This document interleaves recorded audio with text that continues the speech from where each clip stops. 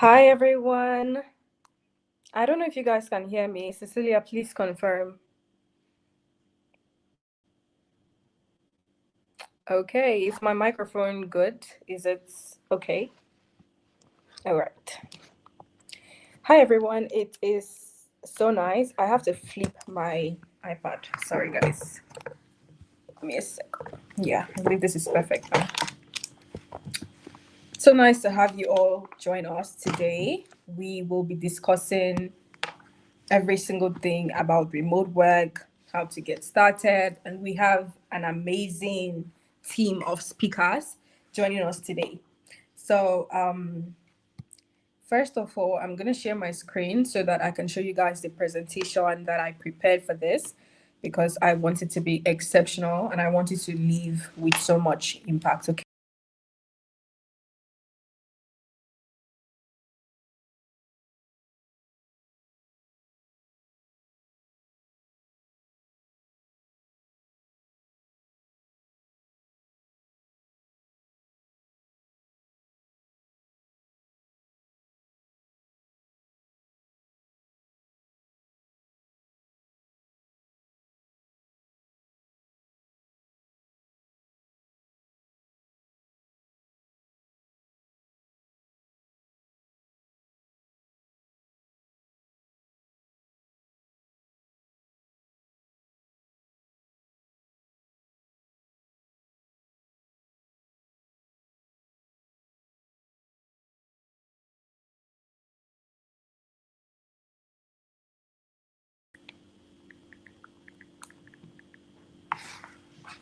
Okay, guys, so we are getting the other speakers ready. So just bear with us. We're going to take barely a minute. But first of all, let me introduce myself. I believe you guys already know my name. I'm Raye, and I have been a remote worker since 2021. That was when I started learning the skill, but then I established myself fully in 2022. It's been a long journey. When did remote work even start and how did it become so popular? It started during COVID, right? In 2020, that was when remote work became really popular and lots of persons started talking about remote work. People were working from home because they couldn't go to their office and whatever.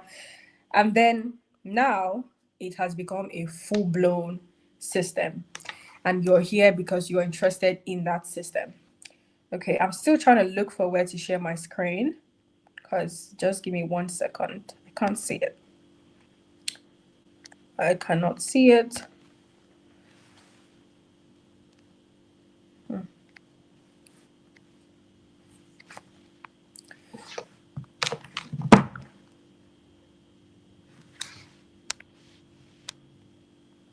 I just realized that I don't have the options to share my screen from my end, and I don't know if the staffs will be able to do it back end. So I'm trying to show them that I don't have the option. So Cecilia, if you can see this, I don't have the option to share my screen from my end.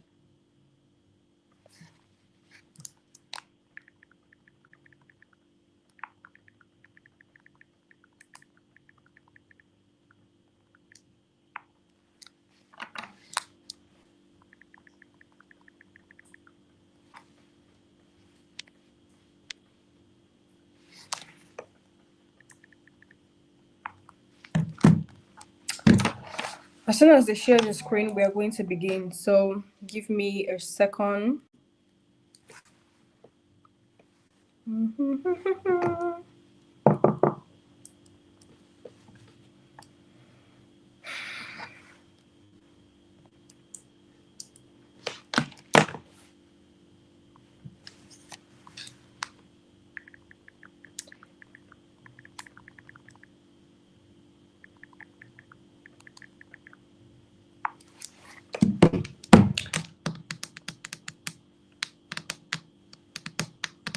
By the way, Cecilia and Canis from back end, can you guys please record this?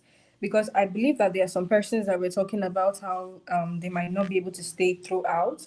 And some persons also said that they would like to watch the recording. So I'm hoping that we can record it and then maybe in 3 to 4 days, you guys will still have access because this particular class is going to be for like maybe 2 hours. Let's see how it goes.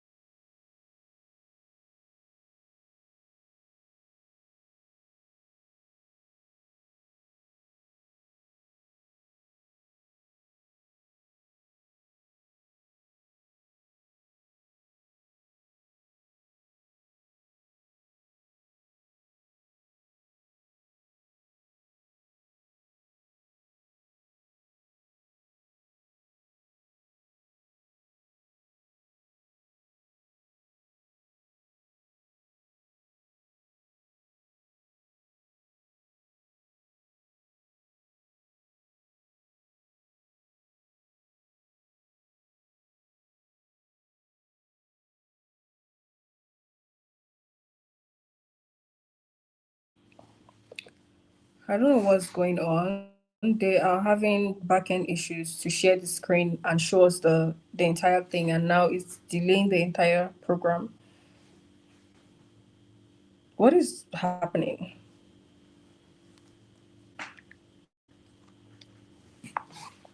Please, can you guys share this, Cecilia?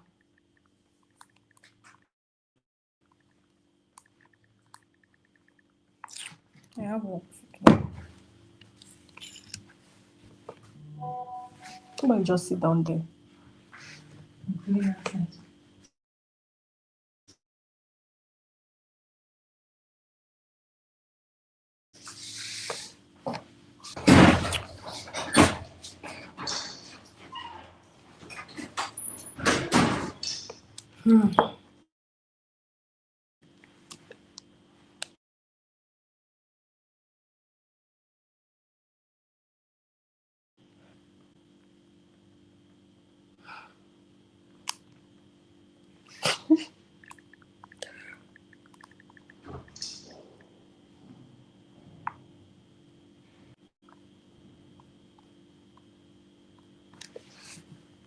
Okay.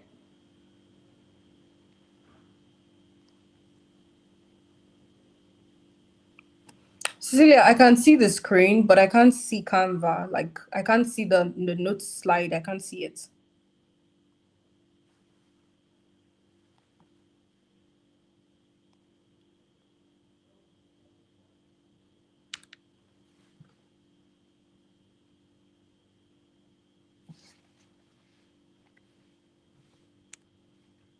You guys, this is completely my fault, right? So we were supposed to do a test run whereby I would come in and I would try to share my screen, myself and the other coaches.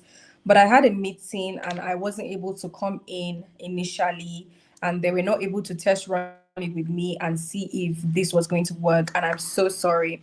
So Cecilia, please put it on the second slide and put it on full frame so we can just kickstart.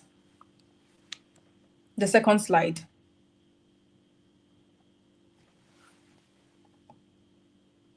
Like this, the second page. Just go down and tap on the second page. Yes, and put it on full frame so it will be bigger.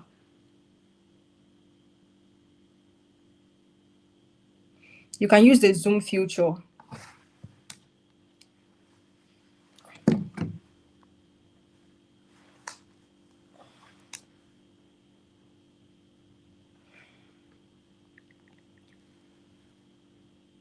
or you can just let Canis handle it.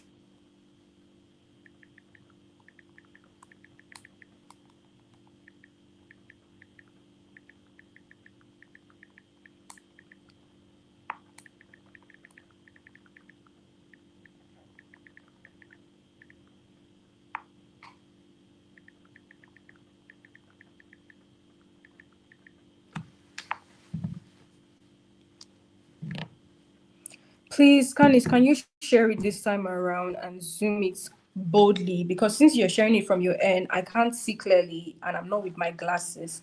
So I need it to be like full, to full the screen so I can see clearly. Please, let's just be fast. Yes. Okay. Now that section where your stop sharing, what is you yes, exactly. No, it's too big now. Exactly. No, it's too big now. Perfect. This is perfect. For me, this is perfect for me. But the thing is, you're going to be moving it up and down. Okay, first of all, everyone, hi. My name is Rita Uche. That's my government name. And what I've been doing since 2024 is I've been helping people transition from traditional 9 to 5 jobs into the global remote opportunities. Over the last few years, I've worked with clients across different countries, and there's one thing that I've realized, right? Many people want to work remotely, but they don't actually understand what it means. I've seen lots of persons come and talk about how they want to get into the remote workspace, but then they don't know what the remote workspace is. Some people will ask me, do I have to refer people to get a job, or do I have to post myself online to get a job? And I realized that people consistently confused what it means for someone to work remotely. So today we are going to unpack what remote work truly means, what it's like to work with international clients, how it differs from freelancing, and yeah. So Canis, I believe that you're listening to us. So when you notice that I'm saying something along this line, you just scroll so I can keep seeing and we keep the flow going.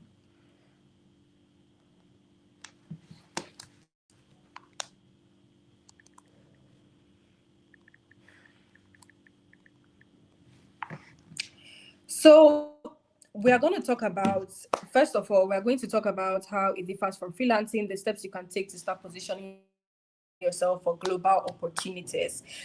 Please, can you put us in the next slide? And I, like I said, as soon as I'm done with a slide, you should just know to immediately go to the next slide and just keep it going, okay? Okay, so before we officially begin this webinar, I want to take a moment to thank NSAVE. NSAVE is the reason why you are here for free. NSAVE is the reason why I'm here teaching you guys for absolutely zero fees. NSAVE is an amazing platform that enables Africans to send money. I saw a post on Twitter today, and the person said that they lost a job. The reason why they lost the job was because the platform they were not able to send money to Nigeria, and they kept stressing and stressing, so the client had to let them go. This is something that a lot of Nigerians face. Me myself, I faced it. There was a company I was working for, and they were using PayPal as their means of transaction.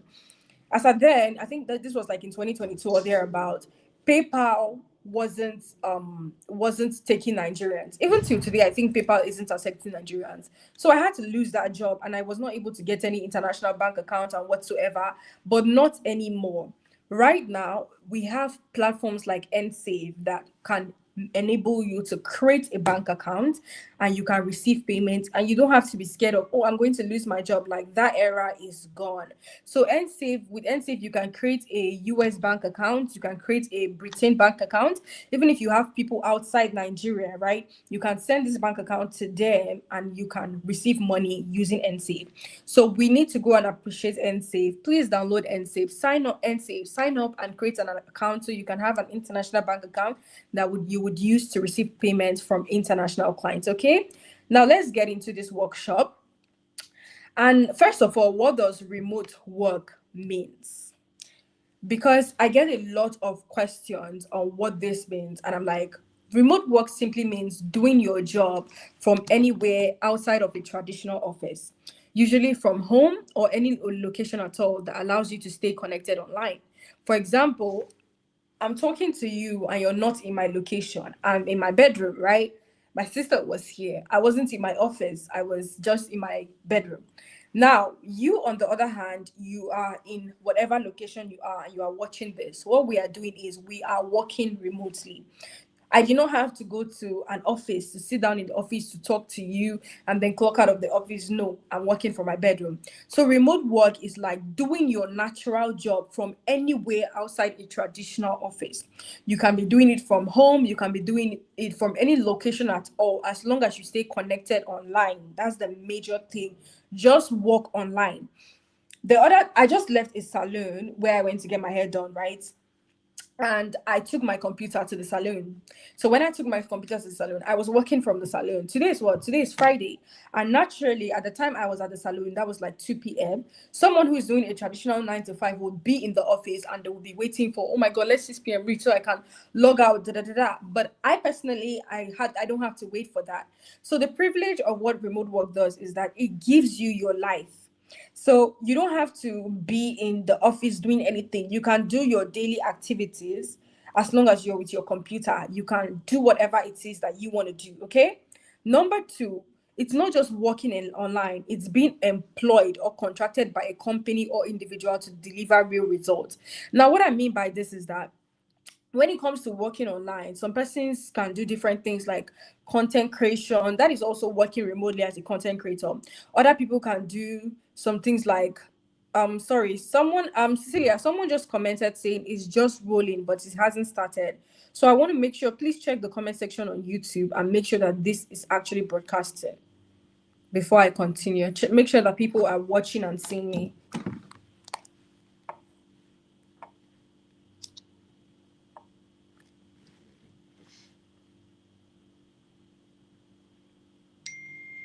Okay, then I think that maybe the person who is saying that they can't see, maybe it's a network issue. I'm not really sure. But he said he's just doing counts down. So he's still like in the beginning. However, let's continue. So remote work is not just working online, it's being employed. Let's say that you were working for Dangote and you are among the persons that produce oil, right? You're among the persons that produce oil and so on and so forth. Imagine that Dangote will tell you, go and work from home today and just respond to customers today, but you're still working at Dangote, right? That's exactly what remote work is. We have big corporations, big firms, not just big firms, we have small firms as well that you can work for, but you don't have to go to Dangote's office. You don't have to go to Dangote's company to work for them. You can literally just do it from your bedroom. The only thing is they're going to give you software tools, they're going to give you different information that you're going to use to log in and handle different tasks that you're going to carry on. We'll talk more about that in this session, okay? So remote work is not just working online. Go back, I'm not done.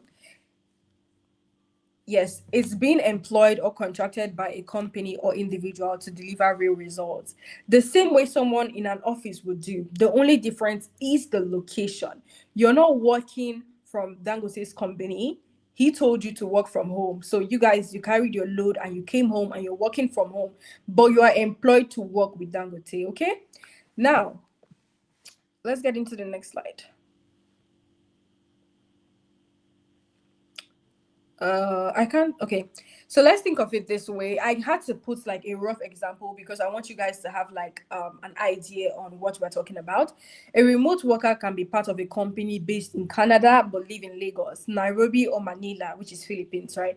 So let's say that Dangote is located in Manila. I want to keep using the same example because I don't want you guys to stray away from what we're talking about. Okay, so Dangote company is based in Manila, but you're living in Canada, right?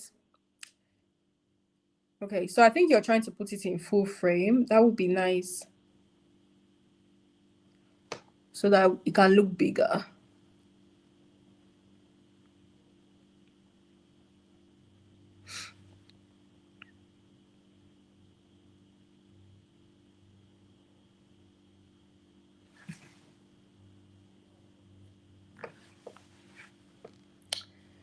Okay, also, Canis, at the bottom of your screen, there are details that are coming in from the cohort and also the group at the bottom of your screen. So I don't know if you can turn on your DND so we don't get to see your private conversations and your messages. Okay, so first of all, let's think about it this way. A remote worker can be part of a company based in Canada but lives in Lagos, Nairobi, or Manila. They can attend virtual meetings from their certain location, or they can all they have to do is just work online, right? Use online tools and deliver tasks, just like someone who is in an in office would do.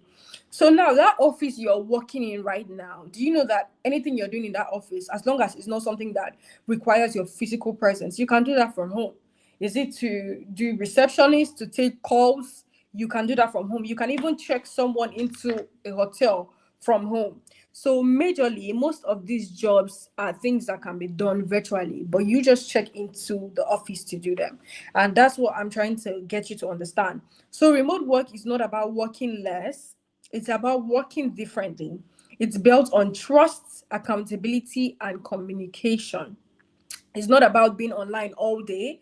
It's about showing results without being in a physical office. So even if they hire you and you're online, at least show results. The same way when you go to the office, you show results, you show energy. You want to do that same thing when you're working remotely, okay?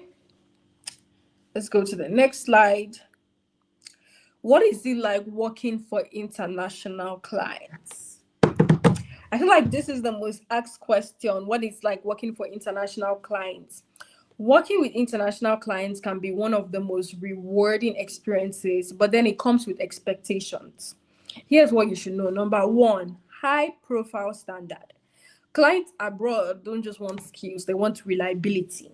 Recently, someone asked me to post a job opening for asked me to post a job opening for I think UI UX design. And when I posted it, he said that the people who applied to the job, he said that they were quoting their amount of money. But when he went through their portfolio and through their designs, there was no design that was epic enough for the kind of figures that they were quoting. In his word, he said that he don't know if people in Nigeria are very experienced. That was what he said. He's not a Nigerian, but he said that to carry out a job. And I kind of felt like it was a huge blow to my face. When you want to work with these international clients, they have high standards. They are not just people who you can just troll in and say, we want to work for you. You have to be really trained to want to work with them. You have to have an exceptional portfolio to want to work with them. So most of the time that when people always come to me and say, I want a remote job, and I ask them, do you have a skill? Do you have a portfolio? They would literally, especially if you are entry level, if you're entry level, you need these things to be able to show out that I have this. Okay. So he was like, most of the people that were applying, they were just sending screenshots of things they have done instead of them to put it in a portfolio. And them being so disorganized was a turn off to him initially. So when you're working or when you're targeting international clients, you have to have high standard. Clients abroad, they don't just want skills, they want reliability. They expect you to meet deadlines, they expect you to communicate clearly, and they want you to be proactive. You're not just hired to do tasks, you are part of a system. So when you get an opportunity to work with someone outside Nigeria, you want to make sure that you develop high standard. You see this thing we do here in Nigeria that we call African time, they don't tolerate it. If they tell you that a meeting is 7 p.m., the only error should come from their end, not your end. So if a meeting is 7 p.m. and you're tuning in 7:10, 7:05, 7:15, that is already a red flag. So you have to start building your skills and you have to start building your reliability from scratch, okay? Now, the next slide, let me just see.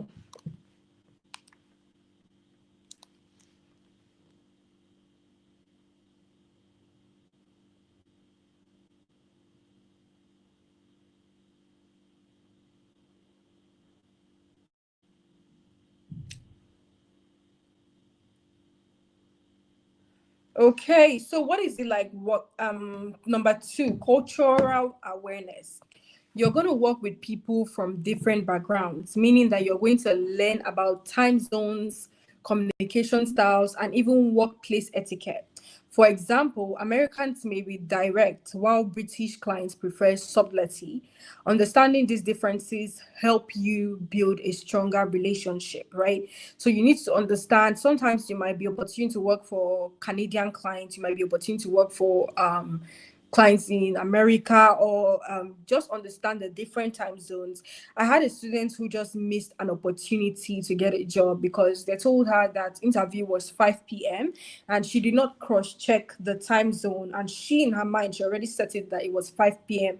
Nigerian time. Whereas after we did the whole calculation and all, we saw that it was actually like 12 a.m. Nigerian time because they did not tell her that time for Nigerian time zone. So we have like different time zones and you have to be willing to work with these different time zones. So always make sure that you understand these differences between different clients because this is what helps you to build yourself.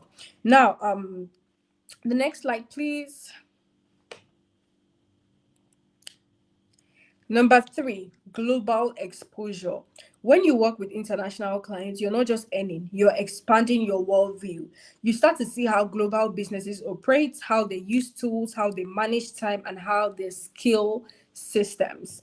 Okay, so my attention was called to someone who was being really disrespectful in the comment section, Mr. Emmanuel Jesse. I don't know how to pronounce his name. And he said that there's no kids here. We all know what remote work is. Please go right into why we are here. Emmanuel Jesse, I'm not sure why you are here, but we clearly said in the beginning that this is an entry level topic. We're talking strictly to entry levels. So whether you have experience somewhere else or you don't have experience somewhere else, I don't care. I'm trying to be as professional as I can, but don't try me, please. Don't do that. If you want to be disrespectful, go to my Instagram and be disrespectful. But when it comes to my work, I do not tolerate nonsense, and don't let me come at you because I hate it. Next thing, I want to talk about global exposure, right? Recently, I have a student who secured a job, and I put it on my Twitter. And the job she got two jobs, right? And these two jobs were paying her, I think, a total of 4 million naira every single month. When you do that 4 million naira every single month, you see that this student is earning over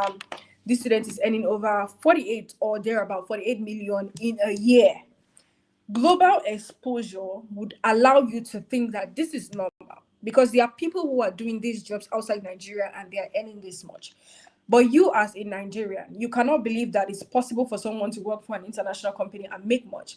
We have people on the internet that stay dropping accusations and dropping tantrums like, oh my God, this girl. Me personally, they do that to me all the time. They drop accusations, they drop nasty comments accusing me of different things because I make money online.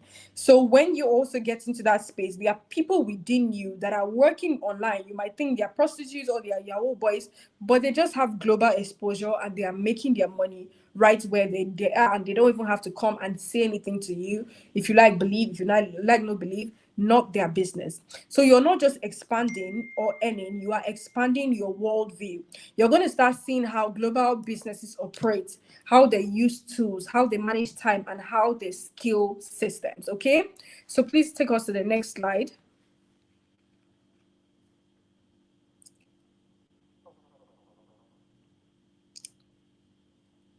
I believe this is the slide I just finished explaining.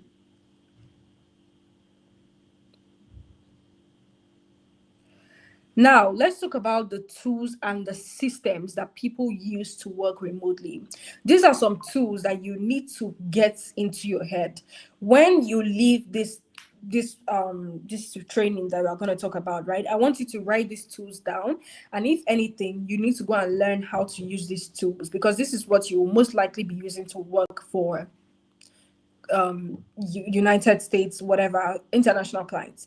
Number one, we have Slack. Slack is used for team communication. Number two, we have Asana or Trello. These are for project management. Number three, we have Zoom for meetings. And number four, we have Google Workspace for collaboration. So when it comes to working for international clients, it's not just typing emails and getting paid, it's learning a new digital work culture.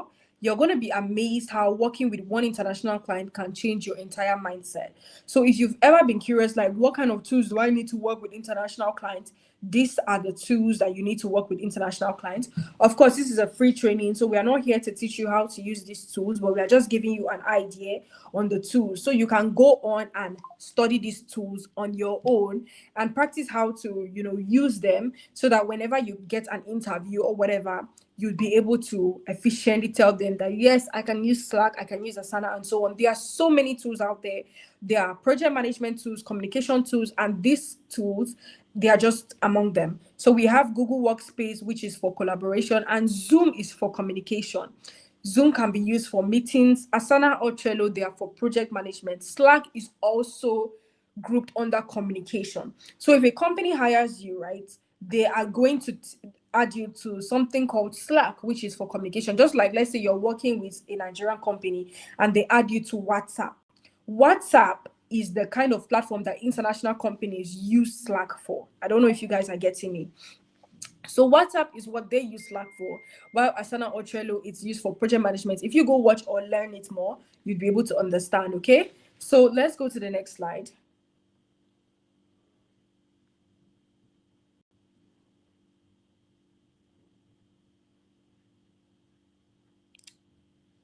Okay, now let's talk about the difference between remote jobs, freelancing, passive income, and active income. Full-time remote jobs.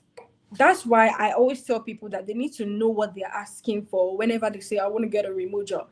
A remote job is a fixed role with a company or organization that allows you to work from anywhere at all. You might be a virtual assistant, social media manager, or customer support rep for one employer. You get a monthly salary. Sometimes it comes with benefits and a consistent routine. The benefits could include medical allowance, it could include insurance, it could include travel allowance. There are different benefits that comes with a full-time remote job. A remote job is fixed. It's like your normal 9 to 5 job, but from home. Now, the benefit of a remote job is that you definitely have a monthly salary coming in. You can be doing a 9 to 5, but you're doing it remotely. But you're still going to tune in around 9 a.m. if it's Nigerian time, and tune out around 6 p.m. if it's that's your log off time. But it's still the same thing, just like you're not going to the office, you're going to be anywhere you want to be in. So let's say, for example, you work for a tech company in UK as a full-time customer service representative. You have set hours, deliverables, and report to a supervisor. So your set hours could be from 9 a.m. to 6 p.m. Nigerian time, and your set hours could be from 9 a.m. to 6 p.m. Nigerian time. And then when you're done with your set hours, if you're done doing your work, you go on and tell your employer that you're done doing your work, and then there's the hours that they set for you, you have fulfilled that, you deliver the work, and you report to a supervisor. It might not be daily you report to a supervisor. I don't even think I reported daily. I think I just reported like every week. You write a weekly report and send to a supervisor.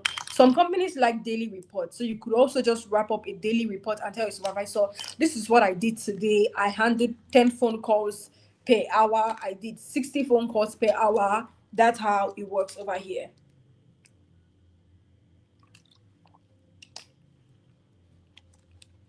Number two is freelancing. Most of the time, when people ask about remote jobs, I feel like most people are asking for freelancing. Now, freelancing is a bit tricky. It is fun. You don't have to do too much. You can work at any given time. So, freelancing is project based or client based work. You're self employed. You choose your clients, your rate, and your working hours. Your income depend on the number of projects you complete. Let's say, for example, a country engineer, right? You remember how engineers in Nigeria, we hear engineers. That's like a freelance job, right? They have a contract to finish Enugu Road.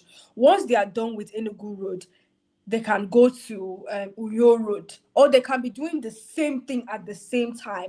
All they need is just someone who is in Uyo that is going to be handling that project for them. That's what freelancing is. Freelancing is you can work for two companies at the same time, because you're not committed to one company. You are like a boss on your own. Just like, would you say that if they hire an engineer to do an Enugu Road, would you say Enugu State is his boss? No, they are not his boss. They just hired him to do that job, and when he's done, he can go anywhere. That's freelancing. Now, freelancing depends on the number of projects you complete. If you have two projects and you charge this person 5 million for their project, and you charge your state government 5 million for their project, you have two jobs right now, and you can handle 10, you can make 10 million at the end of the month. That's the benefit of freelancing. You can work with different clients at the same time, and nobody's going to be entitled to you. Remote workers don't have that privilege. Remote workers, people who are doing full-time remote job, right? If a client hires you to work 9 a.m. to 6 p.m. Nigerian time, when are you going to have to go and do another job? You'll be exhausted. Aside from that, most companies, once they find out you have another job, they will fire you. That's how strict most of these companies are. Now, let's use another example for freelancers. Let's say, I'm sorry, I wasn't done with that slide. Let's say that you design logos for three different clients. This is a graphic designer freelancer. One of these clients is in Canada, one is in Ghana, and one is in Dubai. You are paid per project, not monthly. So if you finish designing that logo this month, October, right? Today is October 31st. If you finish designing that logo October 31st, they pay you your money as soon as possible, and you are done with that section. You feel me? They are not going to pay you next month. They are not going to place you on monthly payments every time. So freelancing is a bit tricky, because if you don't have a client next month, you're going to be broke, or you're going to have to keep hustling for a client. That's why most people preferred full-time remote jobs as compared to freelancing. So now remote workers have structure and they have consistency, while freelancers have freedom and flexibility.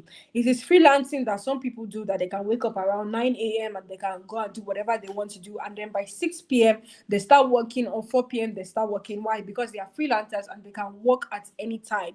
But for full-time remote workers, if they tell you start working 9 a.m., you start working 9 a.m. except you want to lose your job. So remote workers have structure and consistency, while freelancers have freedom, flexibility, and both of them can work remotely. Okay, let's go to the next slide. Now let's talk about active income. Active income means you must work to earn. If you don't show up, you don't get paid. Examples of active income include freelancing, remote jobs, and consulting business. Let's talk about passive income. Passive income is money that continues to come in after the initial work is done.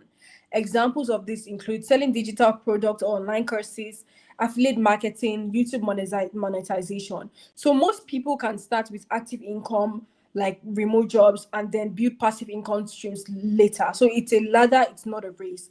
Most people don't understand the difference between remote work and going to sell digital products. They think that if they want to work remotely, it's a get rich quick scheme. My favorite phrase is that remote work is not a get rich quick scheme. It is a career path and it's active. You have to work to be able to make money. You cannot go to sleep and money is coming. Like, no, there are hours that you turn in. Once you start working for a client, let's say this meeting started around 7:30, right? And it's 8:15 p.m. So let's say that I charge $15 every single hour. Once it's 8:30, then I know that for today I have made $15 because that's how much I charge every hour. That means when I'm asleep, I'm not charging for the work because I'm not working, right?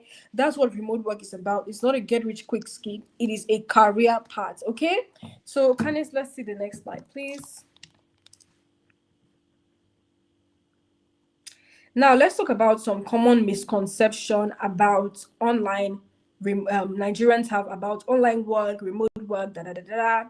Number one, we have online jobs as scams. Lots of people always like to say online jobs are scam, but the truth is that they are scams online. They are clients that want to hire you online that are not genuine clients, but then there are lots of legitimate companies that are hiring globally. The key is to know how to identify the real opportunities, right? Number two question is you need to be techie. That's what most people say. And the truth is that you don't have to be a coder to be able to get a remote job.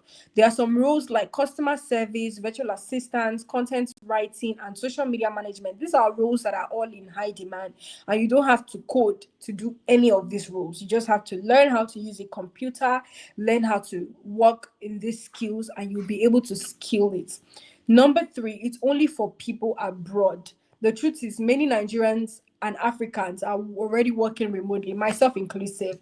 And these companies are looking for talent, not location. In fact, people in Africa have a privilege against to work remotely as compared to people in the United States because people in Africa charge lower due to the dollar rate, the conversion rate right in our own country as compared to people outside Nigeria. So most clients always target people in Africa because we don't charge too high. So this is a misconception that it's only for people abroad. Number four, which is very important, is the you will become rich overnight. I know I just shared the story about a student of mine who is making 4 million monthly and she just got two jobs ASAP. Now, it might sound like she's getting rich overnight. Some people have different grace. There are some persons that learned and they haven't gotten a job, but they have the skills. The benefit is that they have the skills, and with that skills, they can do whatever they want. They can decide to pitch themselves, they can decide to start up a business for themselves, or they can decide to look for normal jobs themselves. However, this is not a get rich quick scheme. This is a career path. Remote work, I always like to say it. Remote work pays well, but it requires time, it requires skill, and it requires consistency. When it comes to the online space, it rewards competence, not just access. Okay. So let me give you guys a step-by-step process on how to break into the remote workspace. Number one, you have to learn the right skills. You need to focus on skills that are in demand globally. I hope you guys are writing. So these are some of the skills that we suggest, not because it's what we teach at Visavi Academy, but it's because we have seen that people who don't know how to code, these are the skills that they can handle, and these are the skills that most clients are targeting. We have virtual assistants, we have social media management, we have graphic design, we have email marketing, we have copyright, or we have customer support. So you need to pick any of these skills. A lot of persons are too eager to get a remote job, but you don't know what you're going to do when you get that remote job. You don't even know what is your niche. If I sit down and I ask you what is your niche, you don't know what your niche is. What are you good at? You don't know what you're good at. All you know is that you want to get a remote job and break out of poverty. But the thing is, nobody is going to pay you money if you're not doing something in return to them, okay, or for them. So you have to be good at any skill at all. You can go and research some skills. We have UI and UX designers, we have website developers, we have so much more skills, right? So you can go and search a skill or whatever, anything you're good at, and learn it, practice it. We also have free platforms that you can learn a skill, which number one, we have LinkedIn Learning, we have Coursera. So you can go and use these free platforms and learn these skills, right? Now, number two, you want to build a portfolio. Let's talk about how to build a portfolio. When it comes to building a portfolio, you can use things such as Google Slides to build a portfolio. You don't want to wait for clients to find you. You want to create sample work. Now, how do you create sample works to attach to your portfolio? I just gave you guys a tip. I said, pick a skill, either virtual assistant, social media management, graphic designing, email marketing, whatever skill you're good at, you pick it. And then when you've learned this skill, you want to start designing your portfolio by carrying out the tasks. Let me say customer support. You went ahead and you learned how to become a customer support agent, right? Now you want to go and start practicing this customer support on your own, your free will. You can go on the internet and start give you should go on Google, right, and search a job for customer service managers. So when you search for a job for customer service managers, you practice that job. It's not like you want to apply to the job, but you're just practicing it. For example, if they put out a job post and they say, we need a customer service representative who is going to handle 10 phone calls a day. We need someone who is very good with Slack, someone who is very good with Asana. What you're going to do is that you're going to go on and look for a telecommunication system and use to practice 10 phone calls. When you practice that phone call, you take a screenshot of it. Then you go on and practice how to use Slack. When you've logged into Slack and you've practiced how to use it, you take a screenshot of it as well. You do that with every single tool that they mentioned in that job posting. Now you have something called a mock project. Mock project is what shows clients that this person know how to carry out this particular job, right? So when you have that mock.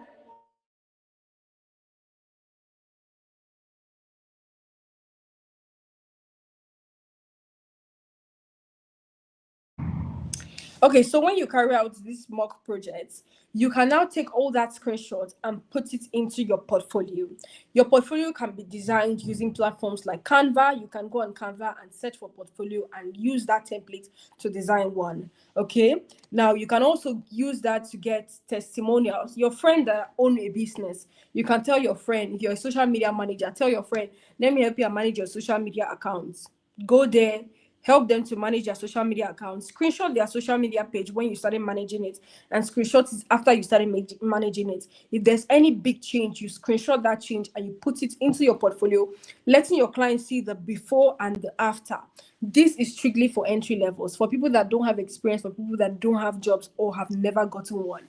Now, you can even do volunteer work, which I just mentioned, your friend. So most people say, even volunteer jobs, I'm not seeing volunteer jobs. It's not that you're not seeing volunteer jobs, it's that you're not looking for it in the right places. You only want to be hired by companies. But you have a friend on WhatsApp that is selling her business on WhatsApp stories. You can pitch yourself to that your friend and tell your friend, hey, bro, I see you're selling your businesses on WhatsApp. How about I create an Instagram page for your business and I start from scratch for you?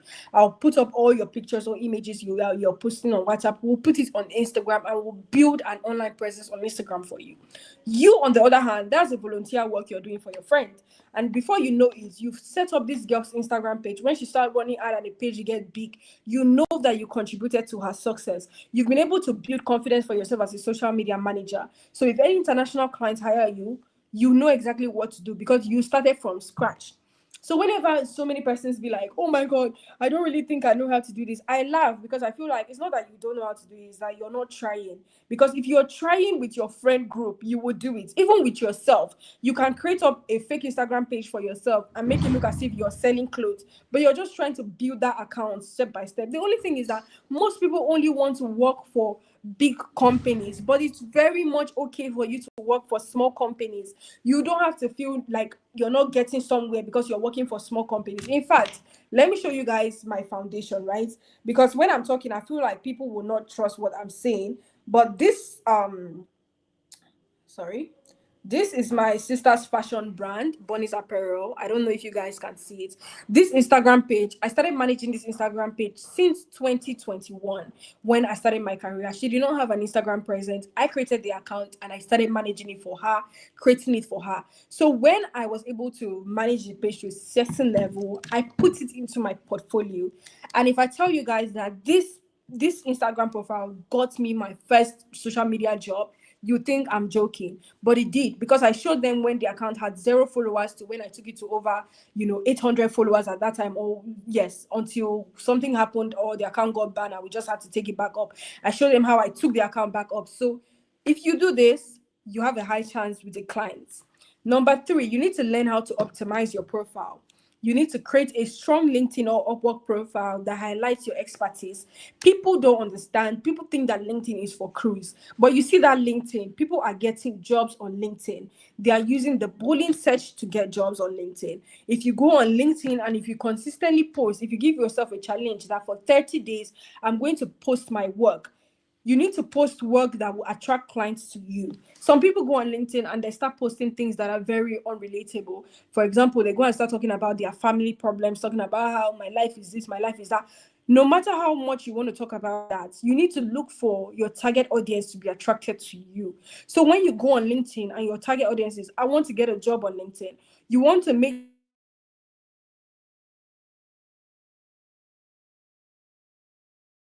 sure that your content that you're posting is dragging people to you. You want to make sure that your content that you're posting is dragging people to you. So it's either you want to go on LinkedIn and talk about your social media management job, or you want to go on LinkedIn and talk about how you were able to manage your friends page and you took it from 0 to 100 followers. When you consistently keep posting results on your LinkedIn page, you will see a client that would send you a DM. This is not me just saying yes and yes. This is something that is happening. Sorry, guys. This is something that is happening. One thing that people don't understand is that LinkedIn is not a fancy, it's not a social media platform that you just play around. Go there and consistently post results. I don't know why my sister turned off the AC. Go there and consistently post results, and you're going to see clients reaching out to you. And you can also use the Boolean search method to apply to jobs. That will come in later on, right? Now, when you go on these platforms, you want to make your bio clear, you want to make your headline professional, and you want to have your sample it's impressive. You can check YouTube for how to set up or how to optimize your LinkedIn bio. Let's go to the next slide.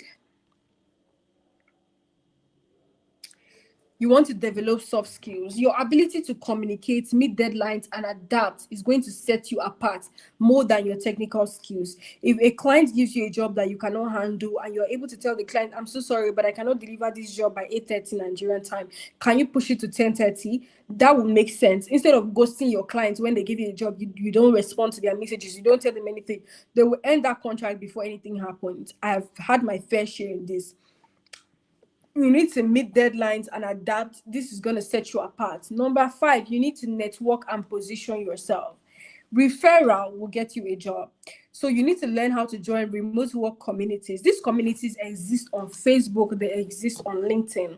So when you join these communities, you're going to attend their events, you're going to connect with people already in the field, make friends. If you go on LinkedIn and you search remote workers communities, or you search whatever niche you are, graphic designer communities, virtual assistant communities, and you request to be in this community and they allow you, you have the opportunity at making friends. You don't know who you're going to make friends with. It's going to be maybe a HR, maybe someone who has a top position, maybe someone whose company is hiring. And next thing, you can ask them for a referral if you guys are close and they can refer you. So this is one thing that I literally don't tell everyone, but yeah, I'm just spilling the tea today. You have luck. Now, the remote work world rewards visibility. So the more you show up, the more opportunities find you. It's not just about applying to jobs. Applying to jobs is good, but sometimes you need to make yourself the center so that jobs can come to you like a magnet. Okay.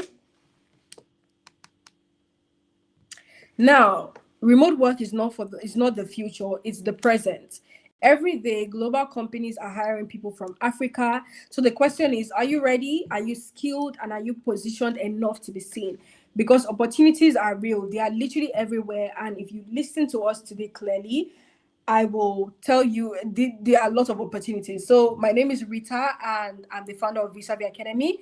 We have our next speaker coming in and her name is let me just give you guys a briefing. Our next speaker is Hawaii and she's going to give you guys all the information you need to know about how to land clients, the creative industry, and every single thing. So if you're writing with a pen and paper, I hope that you pick up information and guess the details clearly. So Hawaii is a creative entrepreneur and she's the founder of Being Hawaii. She's a personal growth platform. She has a personal growth platform and is inspired by her journey through the remote workspace. So I want you guys to listen to her and get every details that she's gonna give you. So please put me offline and put Hawaii in, Cecilia. Oh my God, I forgot that Hawaii is the third speaker. George is the next speaker. So when George come in, he's going to introduce himself to you guys. But you already know Hawaii. So George is the third speaker. So he's coming in soon. So you can stop sharing your screen first of all, Canis. Yes, so that you can put the next speaker on.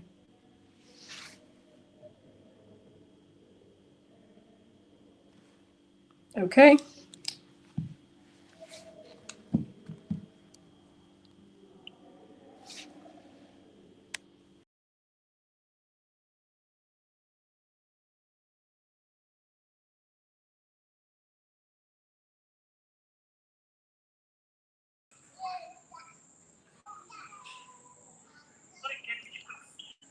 Career path. Okay. So can you see the next slide, please? Work and position yourself. All right, can you hear me? All right, so now let's actually talk about. My name is Enamdi George, and I am a sales funnel designer, actually working remotely from Nigeria. So before this meeting, I was not actually like supposed to be. So what is remote job? How can you, if you're a remote worker, how can you actually land foreign clients? So I got into I got into this remote job. Niche in 2022. I got here in 2022, and I started. I didn't wait to for companies. I didn't start applying to job boards and every other thing. So what did I do different? I brought the visibility to me. When Ria was talking, she mentioned something about putting yourself out there. So that's what you need to do. Number one, put yourself out there. Now, let me tell you my personal story on how I started working remotely. So now, first thing first, it was 2021. After COVID, everything, I was still in school. Yeah, I was still in school then. So I was looking for something I can do with my phone because then I didn't have a laptop or anything. I didn't have a laptop. So all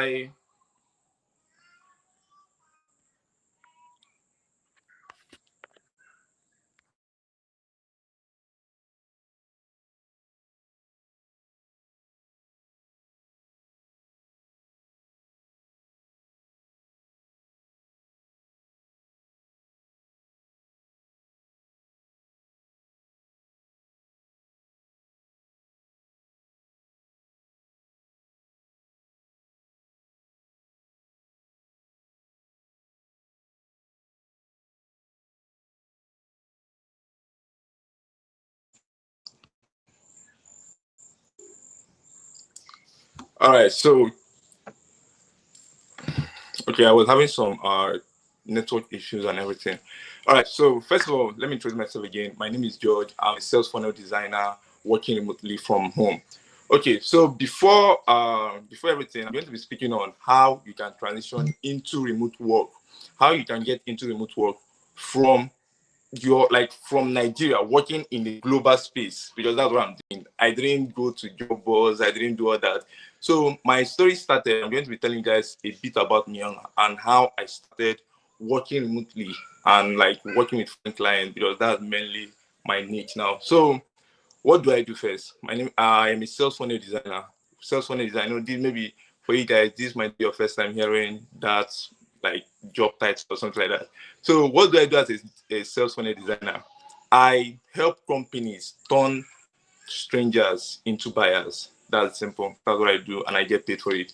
So, how do I turn strangers into buyers? That's what you may be asking. So, with a system, a system that grabs attention, generate leads, and turn them. It's just like a funnel and turn them into clients. So that's basically what a sales funnel designer do. But before I started being a sales funnel designer, I was nothing online.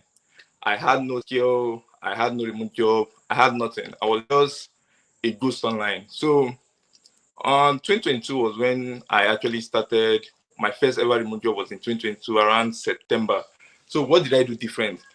So instead of actually applying to job boards, I did that throughout for like 6 months. I applied to job boards and I got no reply. Rejection, both from Nigerian companies, foreign companies, everything. All my emails were being rejected. Everything was like on rejection, steady rejection.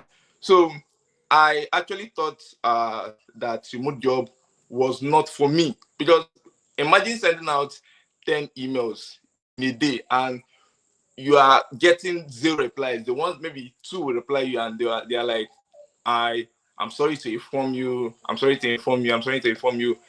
Everybody and most of these people, because of how I wrote my mail, they were like, they don't need a sales funnel designer. They don't need a sales funnel designer.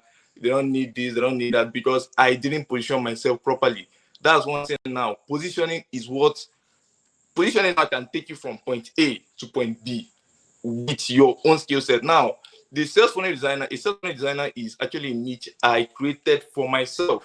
Now, everybody's going on learning, being copywriter, social media manager, all these other skills. And I found out it's not that they are too saturated, but I wanted something that I can actually dominate. Do you understand? So that's why I created that more. There are other sales funnel designers, but I actually used to actually tap into the remote work niche. Now, as I was saying, tons and tons of rejection emails. So what did I do different? I actually before the emails and everything, I wanted to quit because imagine over 6 months of sending out emails, nothing, job boards.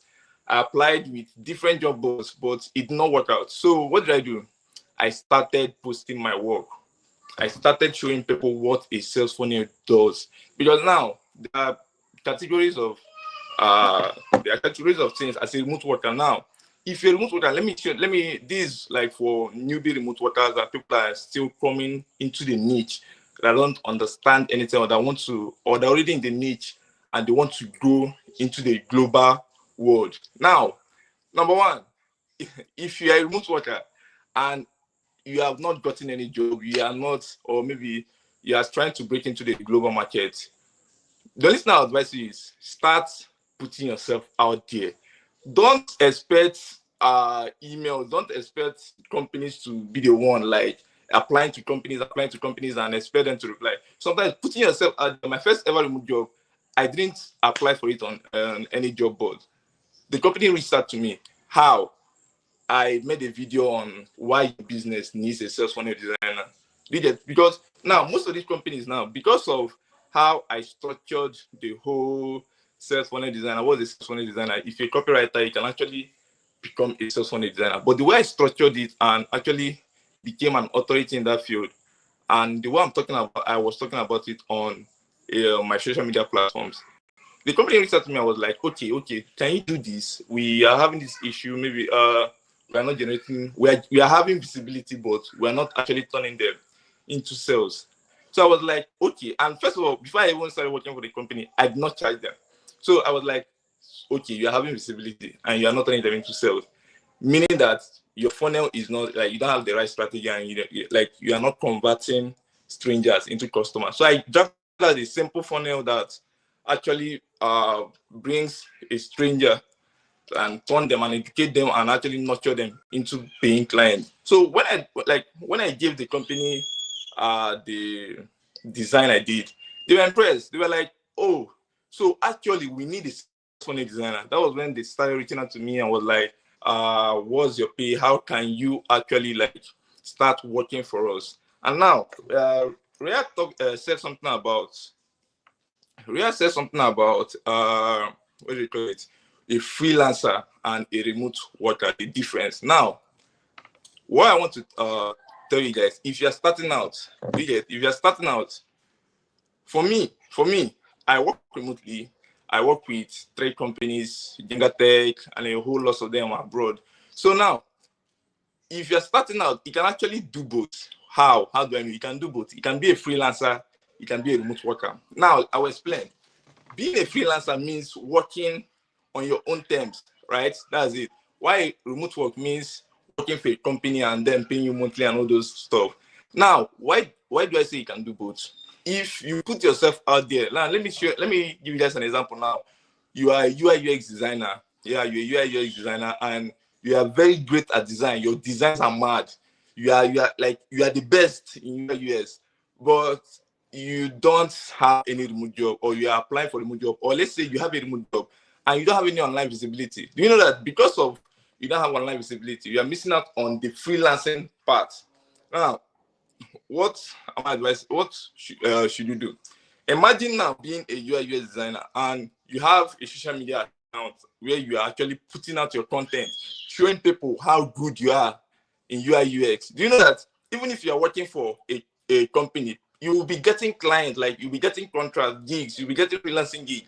Now, those gigs now, you can be working your normal remote work and still doing your freelancing. I seen it now. That way now you see that you are actually enjoying both, or like you are enjoying the best of two worlds. You're a remote worker, you're a freelancer. Are you getting it now? Example now, I'm going to be showing another example now on my own personal journey in this remote job niche. Another thing people don't another of my journey is that when I started, I've said this before, when I started now, this whole remote job something was actually people in Nigeria don't buy that idea. Did it? People are like, you are, especially Nigerian companies. So what do they do? What do they do?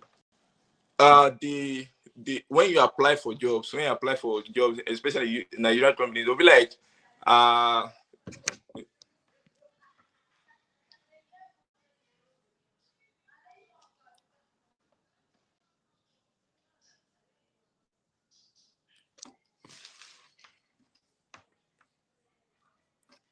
all right, I'm very sorry for that. So the next thing now I'm going to be talking about is how like platforms and how you can actually start putting yourself out there.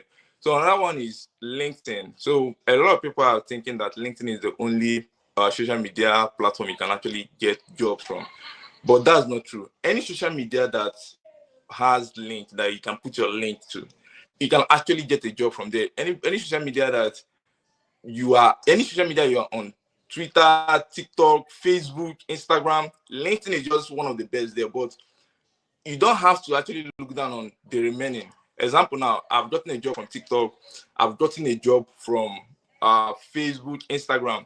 So what am I actually trying to tell you guys? Put yourself out there. Put yourself out there.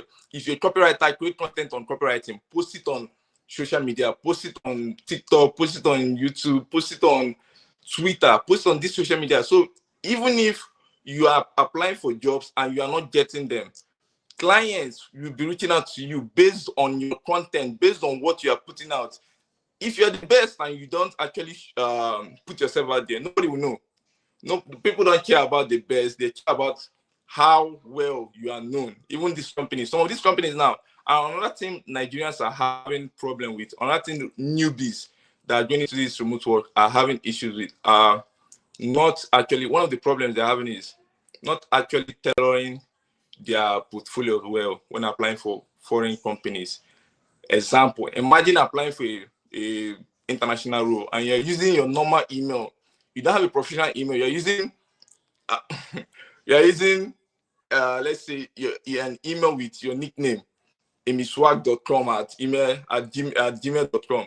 These companies will not pay attention to you because you are not even taking the job serious. Yeah, so first of all, your portfolio should be organized. What do I normally tell people? No matter how you are offline, don't be like that online. Don't be like that, especially when it comes to the remote job niche. you should have a proper headshot photo. Even if you don't have, let's say you don't have money to go to a studio, or you don't want to use AI. That's why AI is here. Use AI to create a proper headshot video. Optimize your email address. Create a new email address if you have to. Don't use your old email address with, like, they are not professional, to apply for international roles. That's very bad. Are you understanding? So some of these things now, and when applying to job, actually communicate your value. Tell them what you can do. Offer them. Show them. There's something called lead magnet. Give them free samples. Show them what you can do.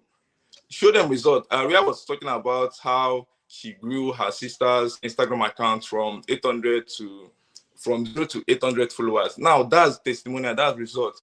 If you're working with a company, if you want to work with a company, especially a foreign company, and you don't have anything to actually show them, you don't have a result, they're not going to be working with you, because they will be like, first of all, they have a very bad impression about Nigerians, that okay, we are just, everybody's looking for a new job, but nobody actually has the skill. That's a very bad thing. So if you are trying to go into the global market, please, number one, I said, have an optimized profile. Optimized profile, get testimonials. If you're writing this down, get a good testimonial. Now, a good testimonial does not mean, like, let's say you have not got done any work, you have not worked for any company, this is your first time. This is your first time working remotely. Now, that's what I said about visibility. If you start posting, Rhea said this now, if you offer your service to a friend, use that as a testimonial. That's, like, imagine you're a copywriter and you wrote a copy that helps someone. You wrote a copy that actually increased ad conversion by over 20%. That's testimonial. Now you can present that to a company, especially a foreign company, and they are going to be actually, like, they will be taking you serious. That's it. Now, again, breaking into the global market as a remote worker, especially from Nigeria, is one of the hardest things to do. Now, why am I saying this? Because number one, we have a lot of limitations here. We have lights. I know how many times I've been in a meeting with a foreign client, especially an interview. I've been with an interview with a foreign client before, and lights went off. It happened. Yeah, so these are some of the limitations that I face. I know a lot of people are actually facing. Now, number two, your country. This country, I'm sorry to say that, but Nigeria, whenever I've worked with one company before, when I told them I was from Nigeria, they were actually a bit skeptical, because normally the company, like, it was from a referral from a client I did work for. So he referred me to the company. But when the interview reached and I told them I was from Nigeria, the interview, I can feel that the interview was now more intense, because more questions started coming out, more questions started coming up. Where are my portfolio? How long have I been into the sales niche? All those kind of stuff. And I didn't let her get a job. Why? Because they were like, they don't need a Nigerian. Like, they don't actually like, they don't like working with Nigerians. They have had bad experience in the past, something like that, something like that. So this is actually like, I believe everybody in the remote job has actually experienced this one time or the other. So this is actually something that we generally face. But for you to actually overcome that, is you need to show that you know what you are doing. You need to put yourself out there. Now, I'll give you another example now. Now, I've gotten another interview whereby when I told him when I was a Nigerian, he actually said no problem, that he has actually gone through my social media and he can work with me. Now, that's online important of having an online presence. Now, imagine applying to a global company. When you're applying to a global company, they do a research on you. You cannot say you are let's say, you cannot say you're a graphic designer and on your LinkedIn account, you're not posting anything about graphic design. On your Facebook, you're a dancer. On your TikTok, you are doing comedy. That's not, like, this would run a research on you. So you have to be consistent across your social medias with what you are doing, with the remote job you are applying for. Example, if you say you're a graphic designer, be a graphic designer. Be a graphic designer on your TikTok. Have a business account. See, I'm not saying that if you want to get into the remote job niche, you cannot cruise or you cannot have fun online. You can do that, but you can actually do that with another account. You can create multiple accounts, because when it comes to business, these people don't play. These people don't play. They actually do a research on you to know that you know what you are doing. Imagine now you are applying to a job and they do research on you and they are not seeing any, like, you are not online. First of all, that's bad. And secondly, if you're online, it's a win-win something. You can actually still be a remote worker and be a freelance and still be doing freelancing. A win-win, because when you're online, when you're visible online, you'll be getting clients and gigs through your visibility online. And companies, when you apply to companies, they can actually trust you easily because you have an online presence. Now, I'm going to be giving out platforms, international platforms that you can actually apply for. I'm going to be giving out international platforms you can apply for that actually have a high accessible rate on remote job. So now, number one, we have we work remotely. Now, this platform is actually a very good platform. I have a student that have gotten a job from it. We work remotely. We work remotely.com. So you can search for it, write it down. So they offer roles across. Now you don't have to have coding or anything. They offer web design, visual assistant, customer service, copywriting, non-tech roles, and entry-level roles. So if you are looking to actually break into the remote job niche, where we work remotely is a good place to start. Now, number two is remote OK. Now, remote OK. Now, remote OK actually they majorly post global remote jobs. Now, global remote jobs, which means jobs that are actually like international jobs, and they are actually entry-level jobs. So if you don't have a tech skill, or you don't actually like, you are still breaking in. But another thing I'm going to be saying in this workshop is you cannot work remotely. It cannot be possible that you can work remotely without a skill. Both entry level, whatever you want to call it. If you don't learn a skill first, there's no way you can work remotely now. Because this is one thing people normally come to me and saying they want to work remotely, they think remote work is a side hustle. No, there's no difference between someone working remotely and someone going to the office. The only difference is I'm doing it from home and they are going to the office. So if you don't have a skill that actually like that you can use to work remotely, these platforms I'm calling, you cannot make use of them because they are going to be asking you for your CVs and for your portfolios. You get? So now,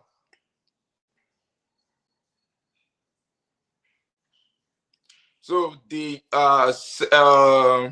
third platform I'll be calling, the third platform now is FlexJobs. FlexJob is one of the best remote job platform, especially for international clients. Now, why FlexJob? Because in as much as FlexJob is not totally free, but if you're someone in this remote job space and you want to actually break into the global market, FlexJob is the best. They have a monthly subscription, but I'm not sure it's that much, maybe $10 or $7, but it's not that much. But FlexJob, they post handwritten jobs. So this is not a place that you see a job and you are not sure of, or maybe you don't know whether the job is real or something like that. They post handwritten jobs that are actually real for global jobs. So the only thing there is if you have the skill and if you have organized your portfolio to actually fit the international standard. Now, for you guys here now, I actually did a free ebook that will be given out to you guys on how to actually organize your profile, how to get your CV templates that are actually international standards. Now, how to organize your profile, CV templates, how list of companies. Now, I just listed out 3 here. I'm going to be listing out list of websites that you can actually get a remote job that I have reviewed, where you can get a remote job. This is for people that want to break into the global market. Now, all you have to do is I'm going to be maybe sending in the link, or you can go to my social media on TikTok. You can go to my social media on TikTok, Digital George. Click the link on my bio. You are going to be seeing a free guide there for you. You are going to be getting a free guide on remote job. Everything I listed here is totally free for newbies that want to break into the global remote world. Now, this is going to be my advice for people that are actually like here that don't have any skill, and this is just their first time hearing about remote work, and they think it's something that they want to go into, or they actually want to start doing. Now, one thing, the first thing first is everybody can work remotely. Everybody, and you don't need a special gadget, or you don't need to have something special. So all you need the first thing you have to do for yourself is pick one skill and learn. Pick one thing. There are several skills online. I can go on and list like 15 or 20 different skills now that are in high demand that companies are actually looking for. Some of these skills are something that you can already do. Like, there are skills that you can actually do now. Like, you already have them, but you don't know how to position yourself to actually get these jobs. Now, I'm going to be mentioning some of these skills. Now, number one, now these skills, some of them are not the popular skills, you know. Now, number one, we have being a sales funnel designer. I've said this before. If you can help foreign companies turn strangers, or if you can help companies, in fact, if you can help anybody at all, turn a stranger into a buying customer, they're going to be paying you. Why? Because everybody, the whole point of opening a business is to make sale, is to make money. And if you can help them make that money, they are going to be paying you a very high amount of money. Now, number two, copywriters. Copywriters are actually like, they are one of the hottest cakes now in the remote market. They are one of the hottest cake in the remote market. Now, why do I say that? Now, if you're a copywriter, your work is to write things, is to write something to make people buy. You get? So, copywriting, if you're a writer, if you can write, just add it, like, be persuasive about it. If you can write something that can make someone to take an action, then you already have a skill. You don't all you have to do is go to YouTube, go to all these Udemy and watch a free skill on it and start showing up online. That's just all you need. Now, again, another skill is virtual assistant. But now, one thing people don't understand about a virtual assistant is you actually need like a soft skill. Else, you don't have any job security, because there's something called job security. There's something called job security inside. There's something called job security inside remote job. Example, now there are some remote jobs that any job you're doing remotely that you don't directly bring income into that company's account. You are disposable. You can come to one. There was a time there was one of my students that he was a virtual assistant. They just called a Slack meeting and they said that they are doing some restructuring in the company, and that was how he lost his job. Why? Because he was just helping out, but he did not actually impact in what do they call it, the company's income. Now imagine you now being a virtual assistant and another person being a sales funnel designer. Now what you do is bringing in maybe updating and social media, all those other, helping the company. Now the other person is helping the company make income. Who do you think is going to be making more? Now see, there are some skills now that are actually, they are low key, but they make a lot of money. Do you get? Now, okay, so I'm going to be rounding up here for a question and answer segment to actually get your question and actually answer some of the questions you people have.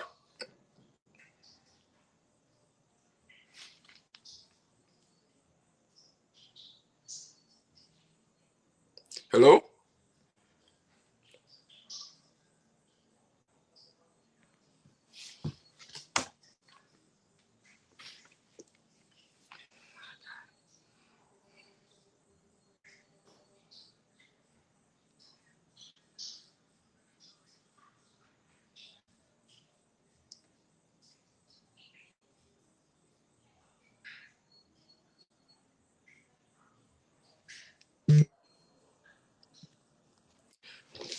Okay, I'm very sorry for that. My phone, my camera went off. All right, so let's continue. All right, I'm seeing a question now. how do we build our portfolio as beginners? Can you hear me? Can you can you hear me? All right, so I just got one question now.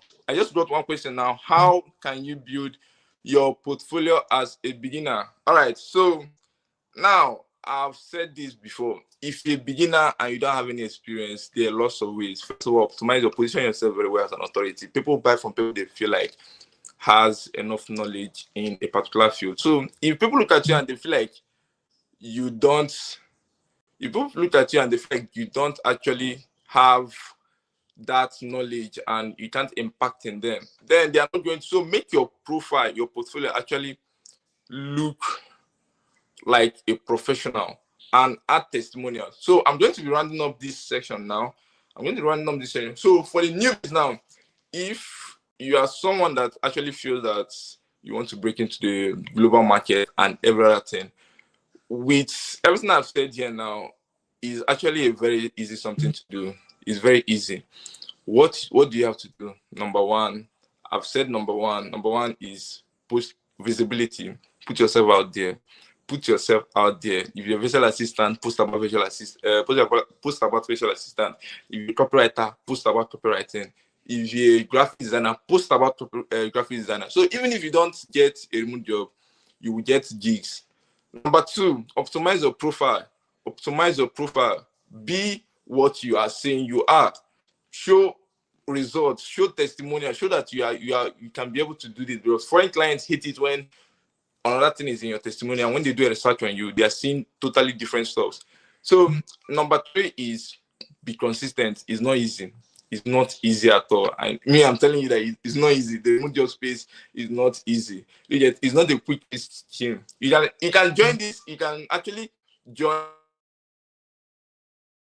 the remote job space, and you feel like you are not doing anything, but consistency is what's going to be keeping you going. So it's not an easy road, but it's actually going to get better with time if you don't give up. Because if you don't give up, it's going to get better because you don't have anything to lose.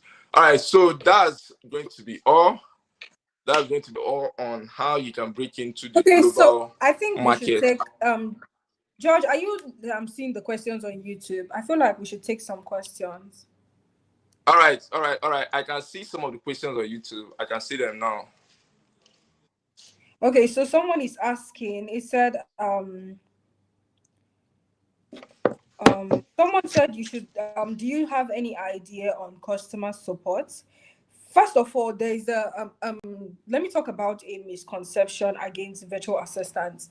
Mr. George, you said something about virtual assistants and you said how they can be easily taken out, right? Me personally, I'm a VA. I'm Yeah. not just a VA, I'm a marketer right now. I transitioned from being a virtual assistant to a marketer. Now, people might think that Yeah. VAs can be easily taken out, but you work as a sales funnel. Yeah, so you work in the sales funnel department. Do you know that not Yeah. all CEOs of a company can work with you? They need a personal assistant that can work with you. Yeah. That's Yeah. where virtual assistants come in. So it's you and the personal assistant that will be handling phone calls. That's where virtual assistant come in. But there's one thing you said that I agree, which is if someone is not showing workings, the company can wake up one morning and fire them. Most virtual assistants, when they get jobs, they just do their normal routine and they go away. They don't usually show impact like that. If you're working with a CEO and George is handling the sales funnel for the CEO, the least you can do is go back and give your CEO a briefing on what George has done. George has handled our sales funnel. He has converted marketing. He has done this. He has done that. Now the CEO is going to see your impact, and they are going to feel like their life is less coordinated than yours, right? For example, before I came into this live stream, you guys noticed that I had a notes that I was using as my slide. I did not make the notes. My PA made the notes. That's exactly the benefit of being a VA, because there are certain things that you feel like a VA is going to fill in for you, because I had so much work to do and I couldn't make a slide, but she made the slide. I just had to brush through it and I said, yes, this is perfect. And we went through it. If Mr. George had that, he would have a slide. So a VA is a good niche, but a sales funnel is, I love a sales funnel work. In fact, as a marketer myself, I can attest to it that one niche that we talk about less is sales funnel. So I'm gonna give you guys Mr. George Instagram is Digital George. Is that correct? Your Instagram. Digital. Yeah, someone said on TikTok that they cannot add you on TikTok because they're not on TikTok. So they want your Instagram name. Someone said in the comment All right. section. Digital George with the double E, double E. Okay, so on Instagram, his handle is Digital George with double E, and on TikTok is Digital George. So one thing he does is that he's not a what's the word? He doesn't gatekeep. If you go to his social media pages, he gives as much information as he can. If you feel like that is your field, you need to go and follow him because you're going to be learning so much more than you're going to learn from an average person. Okay, so we're going to take one question. Someone said, Ryan and George, please, if you keep getting rejected for jobs on LinkedIn without your resume being downloaded, what could be the problem? All right. Do you want to take that? No, I feel like you should. This is your session. All right. All right. So one thing about posting, applying for LinkedIn and applying for LinkedIn and other stuff. Most people, these applications and stuff. I've seen someone that goes to ChatGPT and copies a full-blown CV from ChatGPT without anything and sending to a company. I don't know whether they think that the company does not have a HR or they don't have ATS that actually cross-checks these applications. So when they do that and the companies they are not getting what do you call it? They are not getting feedbacks. They feel like they are not getting seen. Now, example now, one thing I normally tell people is if your CV is optimized, there is no way you're not going to be getting a response. Now, what do I mean by an optimized CV? Now, there is a CV you see. There are some people that see using 2017 CV templates in 2025. So to apply for an international job. Yes. So now most of these they don't actually have a guide. They don't know how to do stuff. And when they actually do it their own pattern and it bounces back, they will say it's not working. Yeah, Exactly. Yeah. that's what I that's what I noticed. So when they do not have a guide, they don't have a blueprint. So when they do it their own way and it doesn't work, they'll be like, I'm getting rejected, or maybe village people, all those stuff. So now one thing I actually tell people is that your CV is just like your blueprint of what you do online. Do you get? Is what the HR sees you your CV before they see you. So when your CV is whacked, they will just, even if you are the best, let's say you are the best graphic designer and your CV is not optimized, there's nothing there. So one thing I normally do is I have a CV template, a new CV template, like CV template optimized, I created by myself, step by step guide, totally free. It's totally free of charge, free. So what I have to do is just go to my TikTok. There is a free ebook there where I listed out every single thing, the template that are actually getting replies. You get, if you use this template, I'm guaranteeing you, if it does not work, come to my TikTok and report that my template is not working.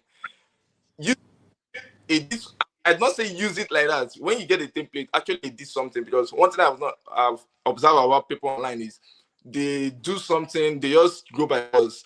Use the CV, it did something to your own niche. If you go to the template now, you might see social media manager. If you're not a social media manager, change it to your niche. Do you understand? So that's for your question. So the template is out there. Use it, and you're going to be getting response. That's what I promise you. Okay, thank you so much, George, for stepping in and for having this speaking with us. And for those who do not know, George is a skilled digital strategist. He helps businesses to grow online. He creates smart sales funnels and practical steps that can attract clients and drive results. So if you've ever been looking forward to learning how to do this, then you can definitely go up and follow George on TikTok or Instagram or whatever platform that you can at Digital George, and make sure to connect with him. And we want to say thank you once again for joining us, George, and do have a beautiful night ahead. Yeah, thank you very much. You're welcome. Okay, so I saw a question. Okay, I saw a question that said, this question is directed to Laraye. How does VA overlap with CRM? The word CRM means customer relationship management. So CRM is like a tool that you use. Okay, so it's like a tool that is being used. It's not a niche, it's a tool. Like for example, um how do I'm trying to look for an example that will help you phrase it properly. Just like Instagram, right? A social media manager is using this Instagram. A VA uses CRM tools to be able to manage clients or handle things. But CRM tools are majorly being used by customer service representatives because it's a customer product. It's not majorly for virtual assistants, but some people don't understand the difference. Okay, so now let's introduce our next speaker so we don't stay here too long. We have our next speaker, and her name is Hawa. Hawa is, sorry, Hawa is very bold and she's confident in her skills. She's not only a freelancer, but she's also a mentor. She guides women strategically with educative knowledge on remote jobs, and she's going to be joining us shortly. And please put your hands together for Hawa. Cecilia, where's the clap? Okay, so I'm going to be Hi, logging off. I'm going to be giving you the platform. Hi, Hawa. How are you doing? I'm doing good. I'm doing good. Thank you for putting Okay. this together. And, it's Okay. been great. Everything you've shared has been awesome. So, everything Miss Rita and Mr. George, I'm sorry, has shared has been gold. I feel like a lot of times when you're starting out as freelancers, remote workers, like whatever it is, when you're just starting out something, you're always like, how do I do it? How do I figure this out, right? And whenever you get like free information like this, it feels like this is not it. Maybe there's something that people are gatekeeping, the real thing that is going to unlock whatever it is that you want to access. But the truth of the matter is, everything they've said right now, you can take it and run with it and start something tangible for yourself. Like everything, Miss Rita has spilled all the tea. Mr. George, they've just gone in, and I'm just going to come here and add maybe a few little one or two things that I'm going to add on what they've shared already, right? So if I could get my slides up, or so I prepared, okay, yeah. So there's no denying that, okay, primarily I'm a freelancer. I believe Miss Rita had already explained the difference between working remotely and being a freelancer, right? So I'm primarily a freelancer. So there's no denying that freelancing allows you freedom, flexibility, and gives you financial growth, right? That's why we all want this. Can we go back to the slide with my introduction? Yeah. So I'm going to give you guys a little bit of backstory. My name is Hawa. I studied architecture while I was in university, and I actually started freelancing while I was in university. I've been freelancing for almost a decade now, 8 years to be precise. And I started off as a graphic designer, and I've just naturally evolved into brand design, right? So can we go to the next page? So remote work, working online gives you freedom. And I can't forget this day. I was coming back from jury. So because in architecture school we have juries. Juries is basically where they analyze and criticize your work and your thought process and whatever that you've been building in as your project, right? And they are typically tedious. You have a whole week, and it's like a whole week leading up to the jury. It's a lot of work, 2 3 days to eat. You're not even sleeping. And I remember coming back from one of those juries, running on pure coffee and thinking, I cannot do this. Like, this cannot be my life for the rest of my life because I've decided to go into architecture. Now, this is just going to be it. I went as far as researching and like consulting people that have already started architecture to ask them, what is the work like? life like? Is it like school? Because this school is stressing me out, and I don't think I can continue like this. Maybe I should even change my course or whatnot. And they all were just like, you know what, it's a lot of work, but at the end of the day, it's not as tough as the school. The school part is just a lot. If you have like architecture students in your school, then you know that it's either we are cutting something or we're breaking something or doing this.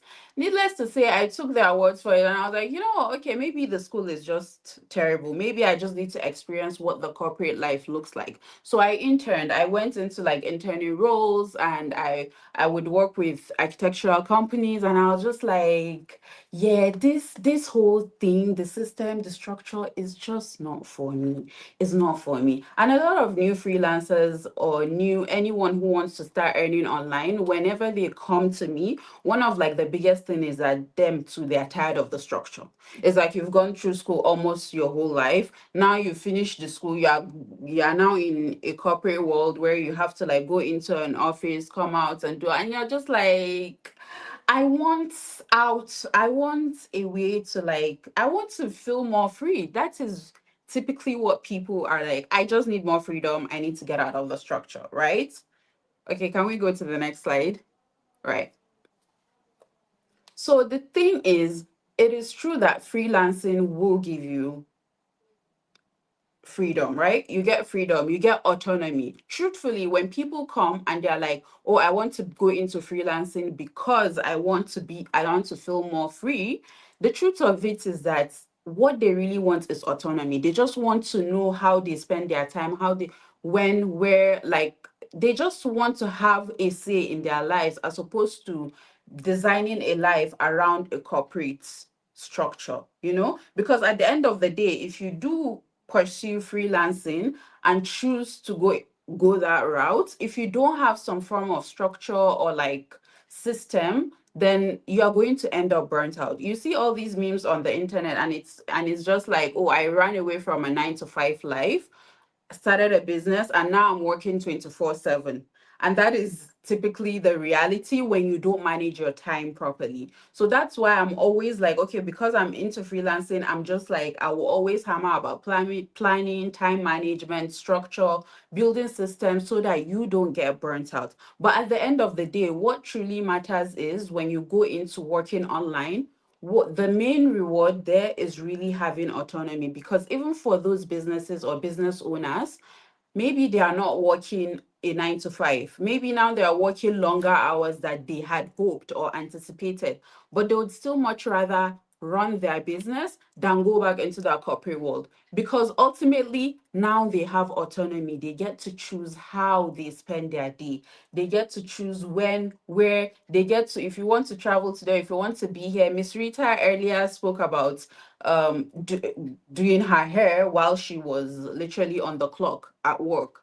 All she needed was a device, laptop, phone. Mr. George said he started with a phone. That's the advantage of working online. You can, as long as you have internet connection, you have a device, and you can deliver your work, you can pretty much work anywhere. And that's one of the biggest perks, I guess, that people tend to gravitate towards. Can we get into the next slide? All right, yeah. So the other advantage of working online, this doesn't just apply to freelancers, remote workers, even if you have like a structured clock in, clock out time, is that you can monetize multiple income streams, right? So I'm going to use myself as a brand designer. I could go into product packaging. I could go into website design, because that's also branding. If you have a brand, you need it to be consistent all through, right? I can go into presentation or even print production. I can go into app design, user experience, social media, graphics, because at the end of the day, you have a brand, you have a business, and you want it to be communicated on each of your platforms. So that's where a brand designer can come in. Email marketing, I can design the emails, video editing. You pick up lots of skills when you work online generally. And just because I'm using brand designer doesn't mean you should just go into brand design now or go into graphic design because I've given you design examples. You can do this as a writer. If you're a writer, Mr. George spoke about copywriting. You can be a copywriter for social media platforms. You can be a copywriter you can be an email marketing, sales funnel, what those things like email marketing. So you write newsletters basically, right? To subscribers of an email platform, a newsletter. You can write blogs for organization, blog posts, SEOs. You can even go into creative writing. You can go into formal writing. You can write papers. You can you can go into legal writing. You can literally, there's so much you can go into within your field or within your expertise. You don't have to step out of what your comfort zone is. You don't have to go and start learning a new skill. No, because Hawa said, okay, she can do website design. Now you need to go and start learning how to do website design. No, with whatever it is that you have, there's multiple things that there's layers to it. You can monetize a lot of things. And just like Mr. George mentioned, I believe he said he was a remote worker and he was also a freelancer, like two at once. So you're working with a company and you're working for yourself doing all these different projects. And there's a point in your career that you can get to where not only do you do, because Miss Rita mentioned about active income and passive income. So not only do you do the work actively, you can actually start to sell your knowledge passively in a way where you don't have to work actively to earn money. So there's so many ways you can multiply your streams, your income streams when you're working online. There's just so much more flexibility that you're able to do that. So we can get into that.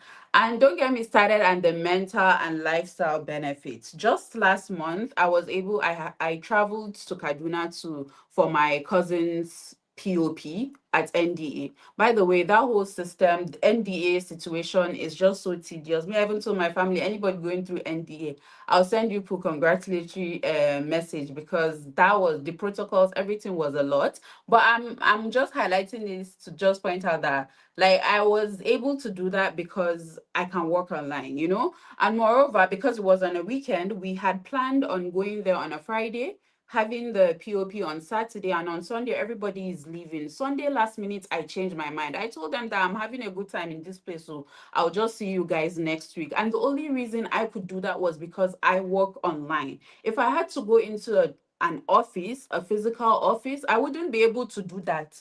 Like, I wouldn't be able to be like, oh, you guys go, I'll just stay an extra week. That I wouldn't have that option. And not to mention, I'm a multi-passionate person. I do the most random things. I can wake up next week and before you know, I'm like, I want to take swimming classes. No, I want to go into horse riding. Like, I couldn't do either of those things if I was going to a physical office. So me working online allows me to have the best lifestyle. You basically create your own lifestyle. And like I said in the beginning, I'm a freelancer. So the thing with freelancing is that it gives you flexibility, while remote work gives you that job security without needing to actually go into the office every day to do your work and all of that. Right. So I'm a freelancer, and I sometimes there are some days, so I go all out sometimes and I build on my income, and there are sometimes where I just reel it in. I play hard, work hard. I'm just, I balance it as I go the way I want it, because that's just the way I want to live my life. And yes, there's isolation, yes, there's self-doubt, because everything in life, especially with something like this that almost feels like it doesn't have a structure, well, you're the one creating the structure, but it feels like it. So, there's self-doubt. You're like, I don't know, I'm not sure, especially in the beginning, you're very, very much doubtful of your skills, right? And it can easily lead to burnout as well if you don't have the right system and structures. Despite all of that, I will always say the reward is autonomy, being able to choose. Like, imagine, I keep going back to Miss Rita's example of being at the salon. Like, imagine the convenience of just doing that. I would never trade that for anything. I don't know. Like, I would never trade that for anything. Can we go to the next slide, please? So the other thing as well is global exposure and collaboration. Miss Rita and Mr. George both spoke about working overseas, right? So you can work with organizations, you can work with clients, you can work with anyone from anywhere, because all you have to do is deliver. Can you do the work? Yes. Then you get hired, and it doesn't matter your location. The same way me, I can carry my laptop and go to Kaduna and work. It's the same way someone from Lagos can hire me and I'll deliver. Someone from the United States can hire me and I'll deliver. Someone from Australia can hire me and I'll deliver. So working online does not restrict you to your location, because all they really care about is you being able to deliver. And Mr. George also spoke about branding and by the way, he was saying something about having how to build a portfolio and how to do all of those things. And he's giving you people for free. So you guys better grab that quick, because I charge money for that.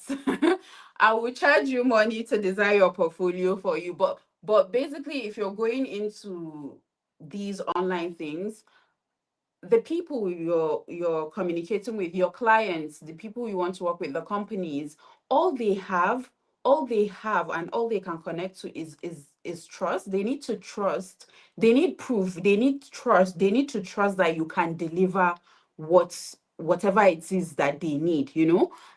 Just like Mr. George said, you can be the best designer, but how can they tell that you're the best designer if they cannot see it? There's nothing to show them, and there's no proof. And also, he mentioned about having troubles as a Nigerian. There's a little bit of, maybe they've had like terrible work experiences with other Nigerians. So it's up to you. I always say it's up to you, the people that are currently doing in this freelance game and doing remote work. It's really up to us to abolish that stereotype where they feel like just because you're Nigeria, they write you out. So having a public platform as well, just like Mr. George mentioned, will help you with that, because it will help with the trust. It's like, I've seen you, I see your work, I've seen you've worked with this person, or I've seen you've done this, whether it is to manage somebody's social media account for free, build it and then put it in your portfolio, push it to them, show them this is what I can do. You can put it publicly, you can do outreach. People come to you when you put yourself out there. So it just, be working online helps you with working with, and this whole conundrum of like Japa, everyone wants to leave the country, and one of the biggest reasons is because of the economic downfall that we are facing in Nigeria. So imagine being able to earn in international currency, but not spending in international currency. Because I think a lot of people, when they do leave and they earn that big salary, they are happy because they convert it to Naira and they feel like it's a lot. But then they start spending in USD or in pounds, and they realize, oh, as I'm earning in this foreign currency, I am actually also spending in this foreign currency because I'm living there. But you're here and you can earn abroad, you can earn international currencies, and you spend in Naira. Just imagine how much you can actually make and save as someone who works remotely. It's just, so can we go to the next slide, please? Okay, so remote work isn't just about working online, it's about creating a life that works for you. Just like me personally, I choose how I work. If I want to do a lot more to earn a lot more, so I'll do a lot more. If I want to really back in, I'll really back in. That's just the way I want my life to go. Slow paced. I'm not trying to do too much. If you want to do too much, you can absolutely do too much and blow and just keep growing. You can build whatever it is you want to build. Like I always say, it's not that freelancing is better, or it's not that remote work is better, or corporate work is better. Truly, it all comes down to the kind of life you want to live. If you feel like you want a corporate where you physically get up in the morning, go to an office, do your work, then do that. If you feel like you want to have that structure externally, but you can still do it for wherever, which is remote work, then go into that. And then if you feel like you don't want somebody to tell you clock in 9 a.m. or clock out this time, then go into freelancing. So it all just depends on what you want and how you want to design your life. It gives you that liberty, working online gives you that liberty to design your life how you want to design it. All right, can we go to the next slide? So if I would this we're coming to the end of my segment, and if I can leave anyone going into remote working, if I can leave you with just one thing, it will be to start exactly where you are. It's not by magic. Sometimes you feel like, maybe they are just not telling us how we're going to do it. These people are dead. There's something that they know that, that they need to let me in, cut some soap for me, like tell me what's going on, what's the tea. But truly, the information is there. There's free information, there's paid information. Of course, paid information is a little bit more beefy, but technically, you can start where you are. Learn one skill, offer value. As long as you are useful, you can make money online. Be consistent. This goes for building your personal brand and building a brand where people actually come to you. So start where you are, learn one skill, offer value, and be consistent. Over time, that small step will actually give you that freedom you're looking for. Freedom of time, financial freedom, creative freedom. That freedom you're looking for starts from you actually taking the first step. Execution matters more than perfection. Don't overthink it. Just jump into it. You can start free. Like Miss Rita said, volunteer. Tell your sister, oh, this your business. Let me do this for you. Let me help you organize this for you. Let me be your VA for the next month. So you build something. It even gives you proof when you start applying for the jobs. And not only does it just give you proof, it helps with your confidence because you've done it and tested it on an actual real person. So yeah, I believe that's it. um i hope I really hope that as you guys are accumulating this information, you are going to use it, because there's no point having this information if you don't use it. As they say, the person who reads and the person who reads and doesn't use the information, and the person who doesn't know how to read at all, are just one and the same. Because if you know how to read and you've read all the book and you've collected all the information in your brain, why then are you not applying it? So I'm always telling people, every time I'm with anyone who wants to go into freelancing, really the first step is to just start. You want to go into remote working. And if you are thinking, where can I start from? Go back to the beginning of this session. Miss Rita spilled lots of tea. Mr. George as well. So go back to that. Do everything there. That is your starting. That is your blueprint. All right. So I believe I'm supposed to answer a few of your questions from YouTube.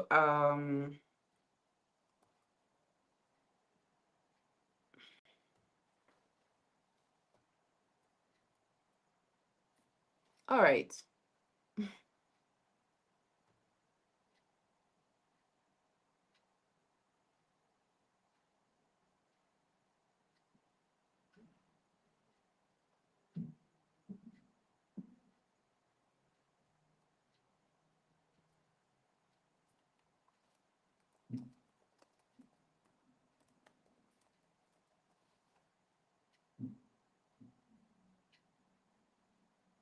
All right. So I'm just going to wait a little for Miss Rita so that we can go through the Q&A session real quick.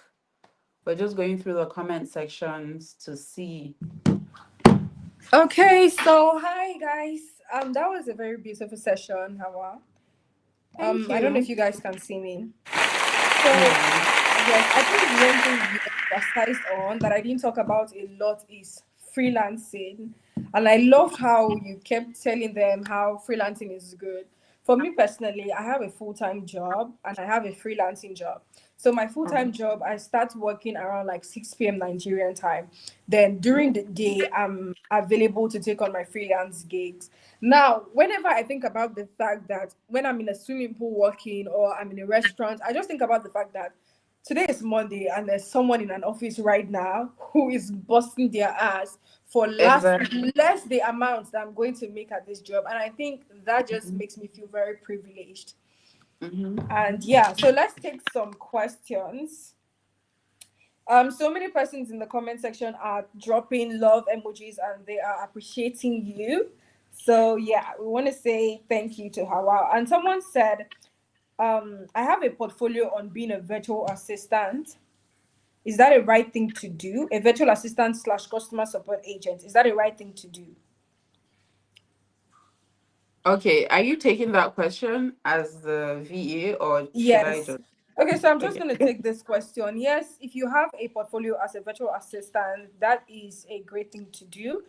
And yeah, it's okay for you to combine both niche in one portfolio. It gives your clients, it gives you more leverage because when your client sees that, they know that, okay, this person is really skilled in different fields. Someone else said that, I saw a question that was targeted to you. It said, okay, please, Miss Hawa, how are you able to deliver your brand in a way that meets your client's expectations? Mm. Okay, so the thing is, when you're offering a service online, right, you need to be solving a problem for people. So by brand, I'm thinking my brand designs, right? Yeah. Yeah, okay. So let's just go with that. Let's just go with that because that's what I currently do. So when it Yeah. comes to presenting your brand, you yourself, you also need to brand and package yourself well. Just like Mr. George mentioned earlier, if you are sending out something and it's looking one kind, Tacky. nobody is Yeah. going to hire you, you know. Mm-hmm. And then what's worse is they hire you and you deliver that as your final output, then you are not getting a second job. Do you get? So it's a Exactly. matter of is once you learn branding and you learn design, learn how to package yourself, that's exactly how you package the output. It applies Yeah. to almost every in fact all jobs that you just like Miss Rita mentioned, you send them updates of your daily rundowns or Hmm. weekly. These are all these little things that make you professional, they make you stand out, they make clients or whoever it is you're working with, companies, make them believe, this person is competent. Next time I'm doing something, I'm definitely working with this person, I'm referring you to that person. So you just make sure you present it in a I don't have like the best words to explain this. It's more of a visual situation type thing because just make sure the presentation is looking good. Okay. Someone said, please, how do you go about the graphic designer at first for you, Miss Hawa? How did you go about it? Oh, I started I started from freelancing platforms, right? Okay. I would just go on. The first platform I started from was People Per Hour, and I went on there. I would just apply to graphic design jobs, and those were not even. Let me just tell you what will help you because I went through a lot of ups and downs before I kind of figured it out. Is I figured it out along the lines. So things that will help you, you need to know exactly who you want to work with, right? You need to know exactly who you want to work with and the exact solutions you're providing. There are multiple ways you can get graphic design jobs, one of which Mr. George already spoke about, and I truly believe is the most powerful, is building your own personal brand so that the clients actually come to you. Now, as you're building your own personal brand, does not mean that you are going to stop outreach altogether. Does not mean that you're not going to be applying to Yeah. companies that actually need this your services. So what I mean by knowing exactly what you offer, right? You know how in brand design you can, let's say you're very good with designing social media content, right? So if you're going to apply to a company or yeah, to a company, you need to make sure that these people are actually online and they are posting on this particular platform that you're offering to help them with, right? So Mm-hmm. that's what knowing what you offer helps you with. Whoever you're reaching out to, they need to Hmm. need your You will just show service. on camera Right? like this. Like Okay, they this is need to need important. your service. So as a graphic designer, brand yourself, know exactly what you offer, build your own personal brand. You can share content I hope you did about not pass me that Canada. branding itself, because that will make people, the people that want to hire you, it will give them confidence in the fact that, oh, you actually know what you are all about. Have a portfolio. Graphic design is a visual thing, so have you cannot afford to not have a portfolio, and you don't have to have like 10 or 20 things in it. Just three strong projects can propel you as a designer. They just need to, the person hiring you just needs to know that, okay, this person can deliver what I need.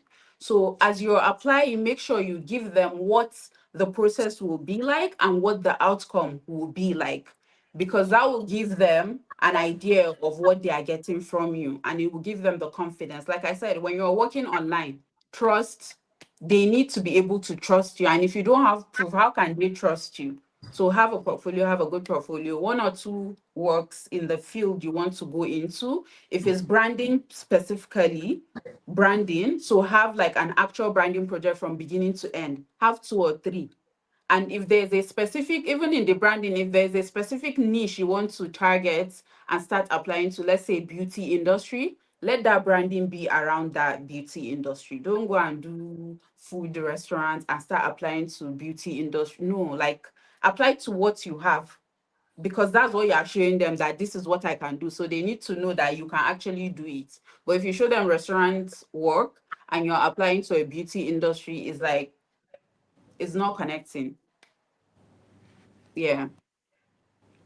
Okay, so someone asked, this is our last question we're going to be taking. The person says to the two speakers, what do you say would make a good portfolio, or what makes a portfolio stand out? Mhm. Do you want to go first? No, I think you should take this. Oh, okay. So, for me, it's actually very, very simple, because I don't really like throwing out words that would complicate or make you feel like this is this elaborate process you have to go through. The simplest way you can think of it is, as the client, just imagine yourself as the client, right? That wants to hire you. If they open this portfolio, will they feel convinced enough that you can do that thing?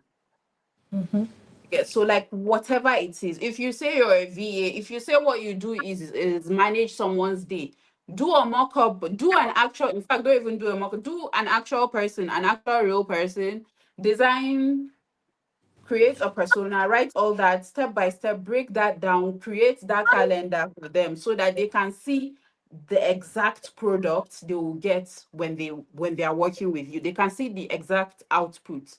So if you have that in your portfolio, I feel like if your portfolio can answer what solutions do you offer me, then that's a good portfolio. That's a strong portfolio. It also Yeah. needs to look nice, but yeah. Yes, for me personally, I think one thing that can make a portfolio stand out is number one, the design. I feel like first appearance or first impression matters. So whatever portfolio design you're going with, just make sure that as soon as your clients click on that link, they are going to be wowed. Now, some persons, when they are designing their portfolio, they have a lot of text welcoming the client. But you want to make sure that your first cover page on your portfolio is straight to the point. What you do. For example, let's say myself, right? I'm a marketer. So my first portfolio cover page, I could literally just say something as, "Hi, I'm Rita, and I can turn your business around in 5 days. I can convert your marketing lead by taking your just 5 working days, or I can help you with your sales funnel," something like that, right? Now that client will be intrigued to go through your portfolio to see how you can do that.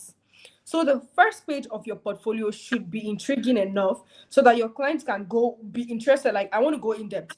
But if your portfolio page looks tacky in the beginning and it looks overcomplicated, once they click on the link and they see that, they will just know that this is not someone that can deliver what I want, and they will leave. So you want to make sure to capture them in the first page, and then the next slide of your portfolio, attach results. Don't do a lot of blabbing. Some people only use text on portfolio. If I wanted to see your text, I will check your resume. We are here in your portfolio because we are here for results.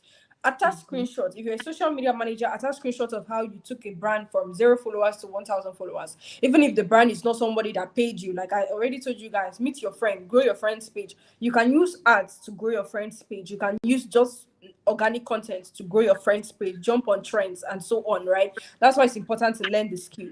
So when you put results in your portfolio, you are intriguing these clients more and more to contact you. If your portfolio is stellar and a client goes through it and they really want to hire, they will come to you. So I believe that is what makes a portfolio strong.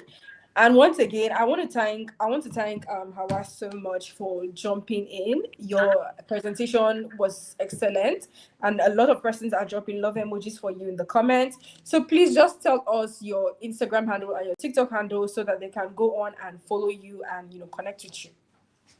All right. Thank you so much, Miss Rita. You also did share lots of wonderful, insights into this. And I believe Thank you anyone so who much. wants to go into the online remote working, like, you have this is it. Like, you can start with this.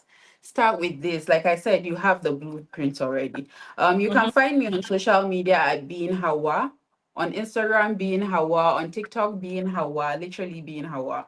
It was just my Okay. personal page that I converted into this whole thing, Yes. because I had been freelancing for almost a decade, and I had just recently decided to, share Show a little bit yourself of, online. things that I've learned, the Along process, with- if I could just help just one person and see that this is possible for them, then, mission accomplished. So yeah, Okay. you can find So, me being. guys, she just shared her social media handle with you, being Hawa. If you needed a mentor, if you needed someone to guide you, you have her right here. So make sure to go follow her on different social media platforms where she's very unapologetic sharing her story. Thank you so much for joining us, Hawa. It was great having you. Please, a round of applause to Celia. Thank you. You're welcome. Do have a beautiful night. Thank you, you too. Okay. So, guys, I want to talk about NSAFE once again before we have our next speaker join us. So, a lot of persons are asking in the comments and they're saying, what is NSAFE about? NSAFE is a platform that you can use to receive payments from international clients, and it's very accessible. This is what the NSAVE logo looks like. So you can download this app, sign up following the prompt, and you can use it to receive payments from international clients. You can get a US dollar account or a Britain account. You Angela now using NSAVE. So make sure to go download the NSAVE application and try to sign up, because when you get a remote job, you will need it all. Okay. So please put a round of applause for our next and our last speaker. This live has been on for 2 hours, 16 minutes. And I just want to say to the people who have stayed until this time, you guys have done an amazing job. I know it's hard for someone to have this kind of attention span. So if you've had this attention span, it means that you're really locked in on your goals into breaking into the remote workspace. Don't worry, at the end of this entire training or this entire workshop, I'm going to give you guys step by step on what you need to do as soon as you want to leave this place, or what you need to do next to get into the remote workspace. So our next speaker goes by the name Grace. Grace is not just a remote worker, right? Grace is one of Visavi Academy alumnus. Grace registered with Visavi Academy last year. I believe she was in the July cohort. Last year, July. For those people who don't know, Visavi Academy has been since 2024, beginning of 2024, January. Grace has gone so far in her career that we had to reach out to her because we saw how exceptional she was doing. And we said, wait, this is our alumna that is big like this. Let's reach out to her to please come and speak at this workshop. And she was excited to do it, and we're excited to have her. She has built an exceptional career for herself. And I just want to say thank you so much for joining us, Grace. And you guys, Thank we have you. Grace on the screen. Julia, please put a round of applause together for her. Yeah, what's going on? Round of applause. Okay, Grace, you've built an exceptional career so far. Honestly, I went to your LinkedIn and I was like, wow, this is so good. It's so impressive. And honestly, being someone who guided you, I feel so happy. And honestly, I'm so excited to have you here. And we cannot wait to hear all the details you have to share with us. And I'm going to be going off now so you can have the floor, okay? Bye. Okay. Okay. Hi, everybody. Good evening. Good evening. Thank you so much. Thank you so much. Thank you, Coach Ray. Thank you, Visavi Academy. Thank you, NC, for this opportunity. Thank you so much. I didn't see this coming, and when I saw it, I was so excited to join this. Let me just give a short story here. Um, when I got this event, it was actually surprising because as at Saturday, I attended an event, a FinTribe event hosted by Financial Jennifer. I know most of you know her, right? And she hosted an event that has to do with women, empowering women, telling them how to save, how to invest, how to make their money.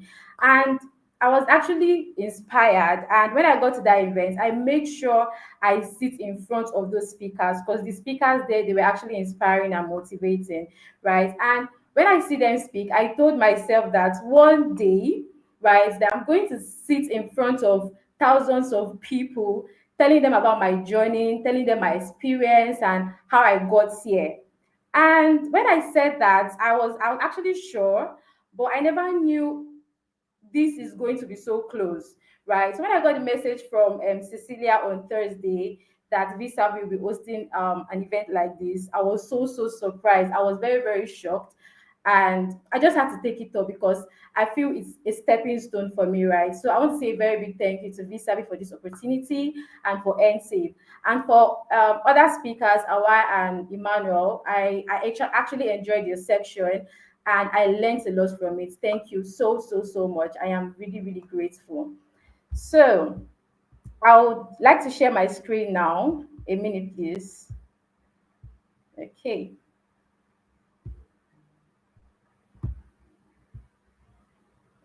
I don't know if you can see my screen.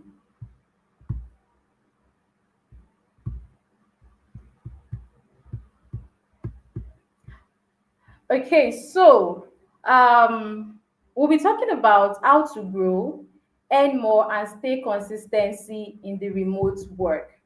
I mean, as a remote worker or as a freelancer, before you start your journey, you need to grow first, right?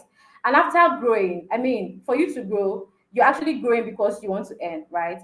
Now, after growing, you know that okay, you're actually good at this.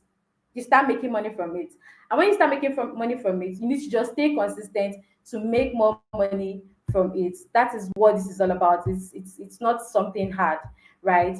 So let's talk about growth. Let's talk about growth. Now, growth means the process of becoming better, stronger, or more skilled over time. It's about making progress, learning new things, improving your mindset, and taking small steps that move you closer to your goal. As a freelancer or as a remote worker, growth is very important.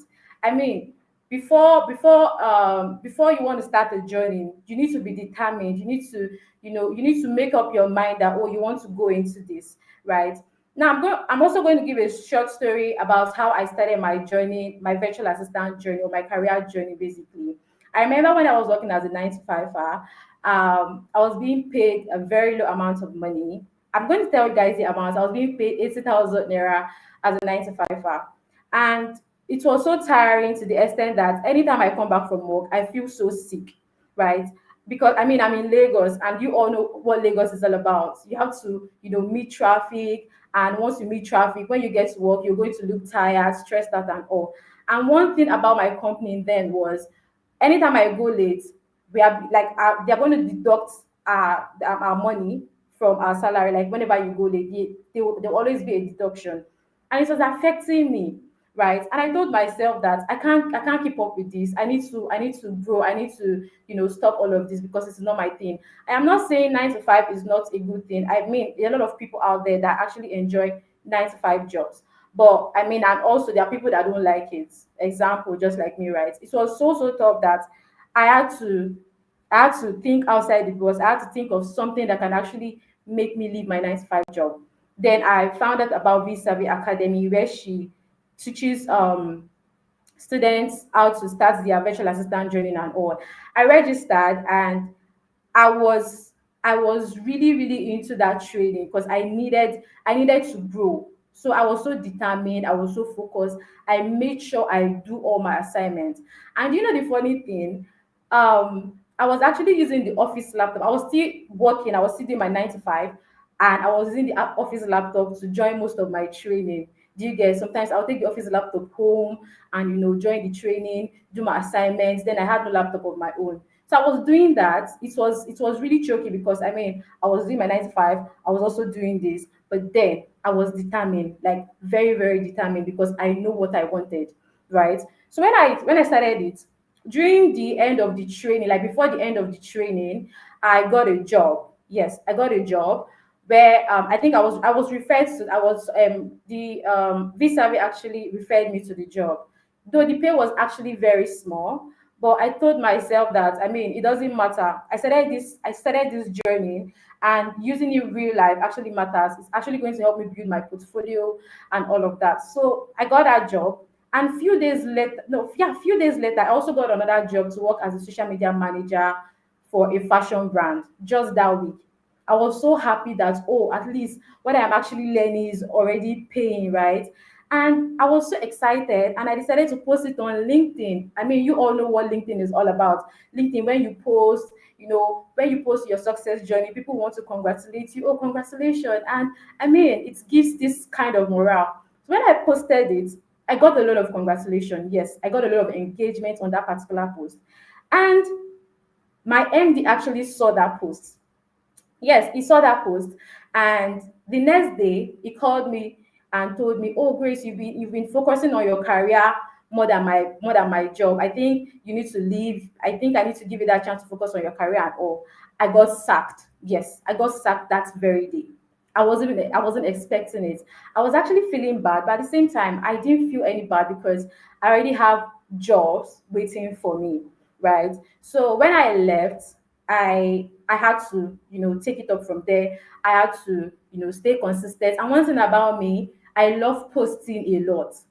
If you want to grow, you need to start showing your work, no matter how small it is. Show your wins, no matter how small. Because when you show your work, when you show people what you do or who exactly you are, trust me, you're going to get people. This career growth has actually made me, like, people, a lot of people have actually referred me to job because of what I post online, LinkedIn especially, my Instagram, my TikTok, everywhere. Because of what I post, I've gotten jobs from that. So growth doesn't happen by accident. It happens through visibility, networking, and consistency. Now let's go to the next one. Anymore. Focus on value, not time.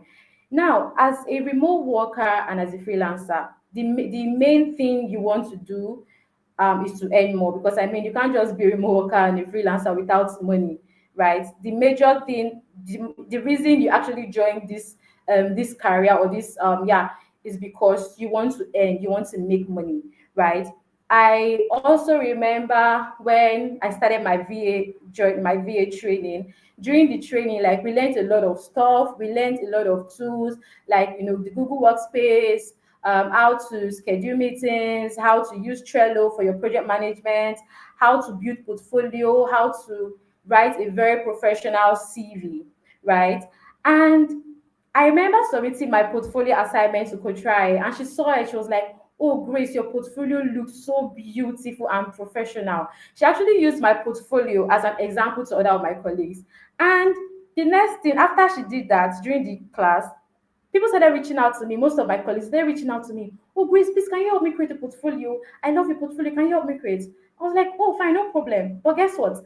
I have to monetize it. I mean, I love money. Who doesn't love money, right? I had to monetize it. I told them, "Okay, I'm going to do this for you, but you have to pay me some amount of money."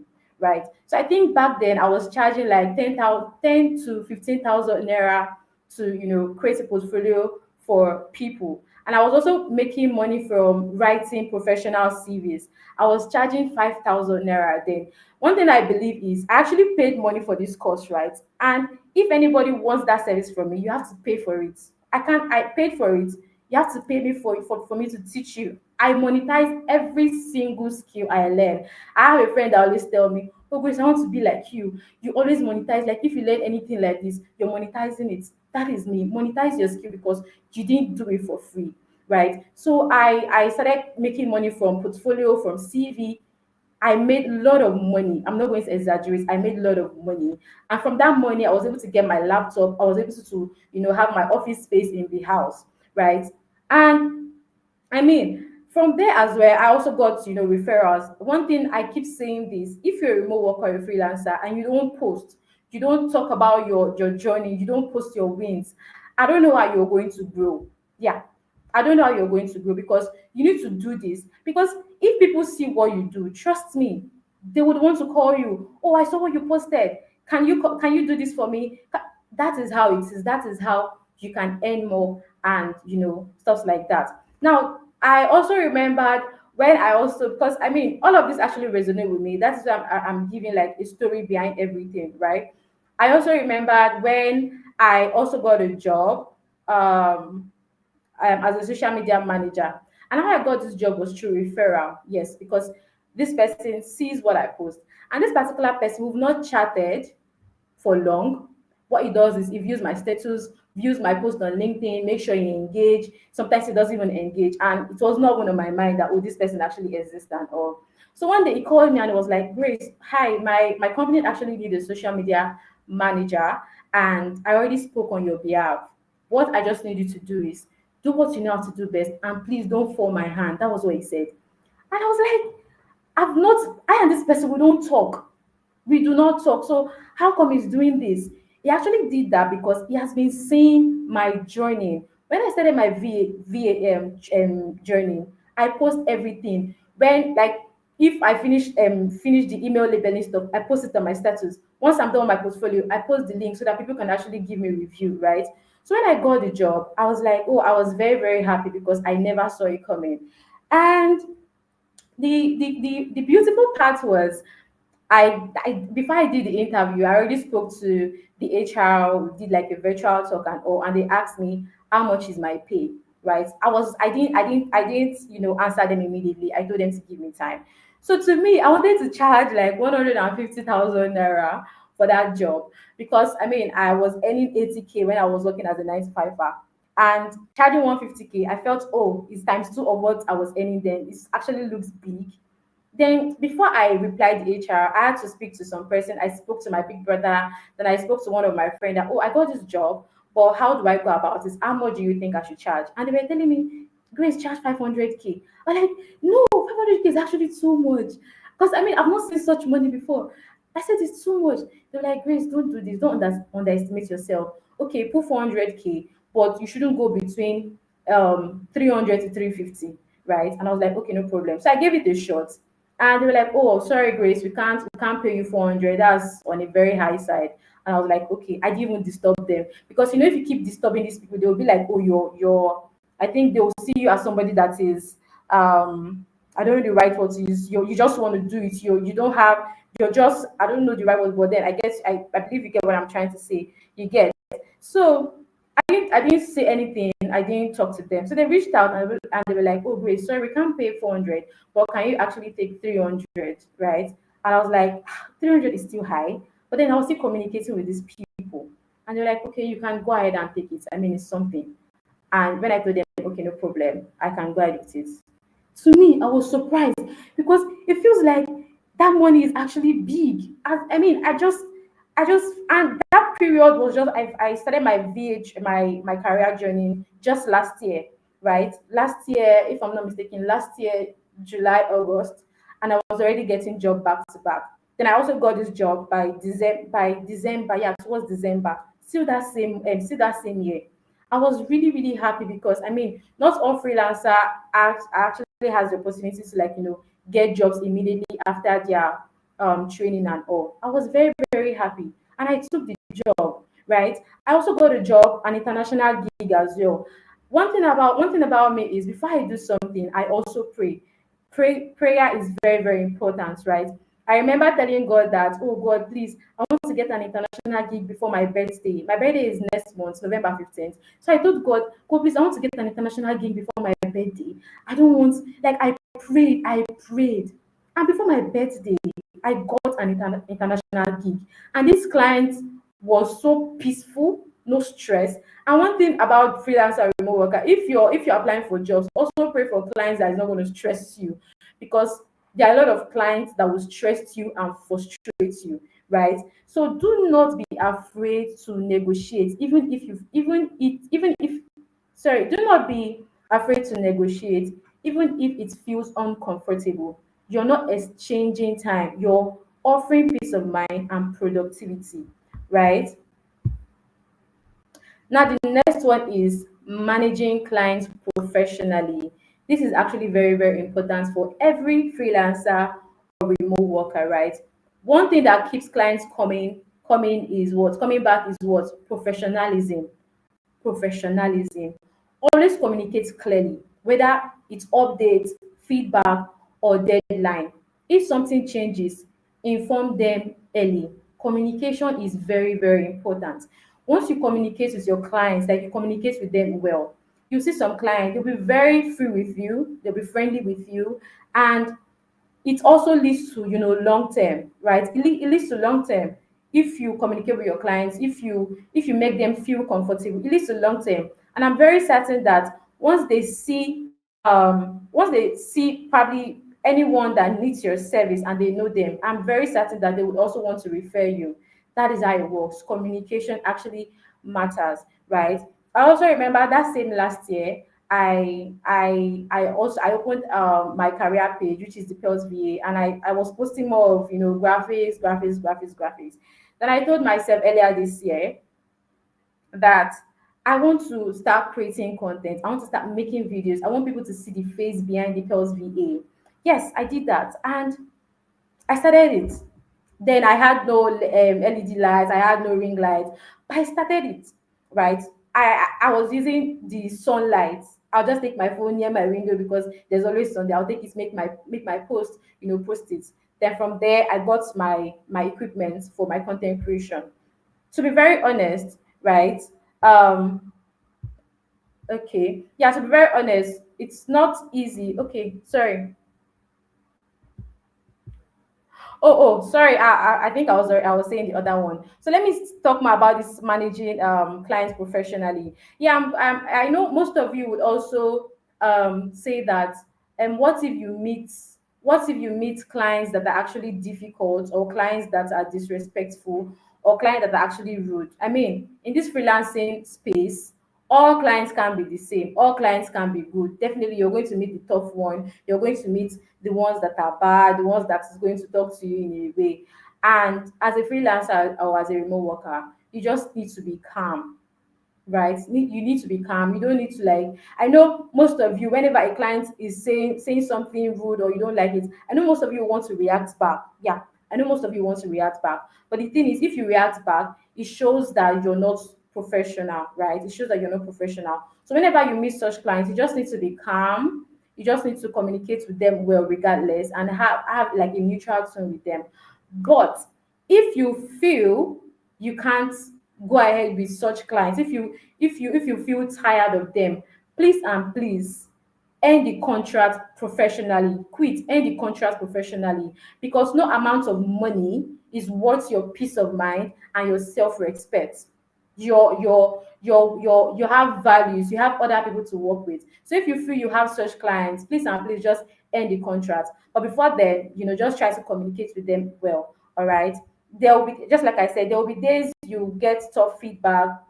Use it as a chance to grow, not a reason to quit. But at the same time, if you feel you can't, go ahead with it, kindly quit, and definitely other ones will come.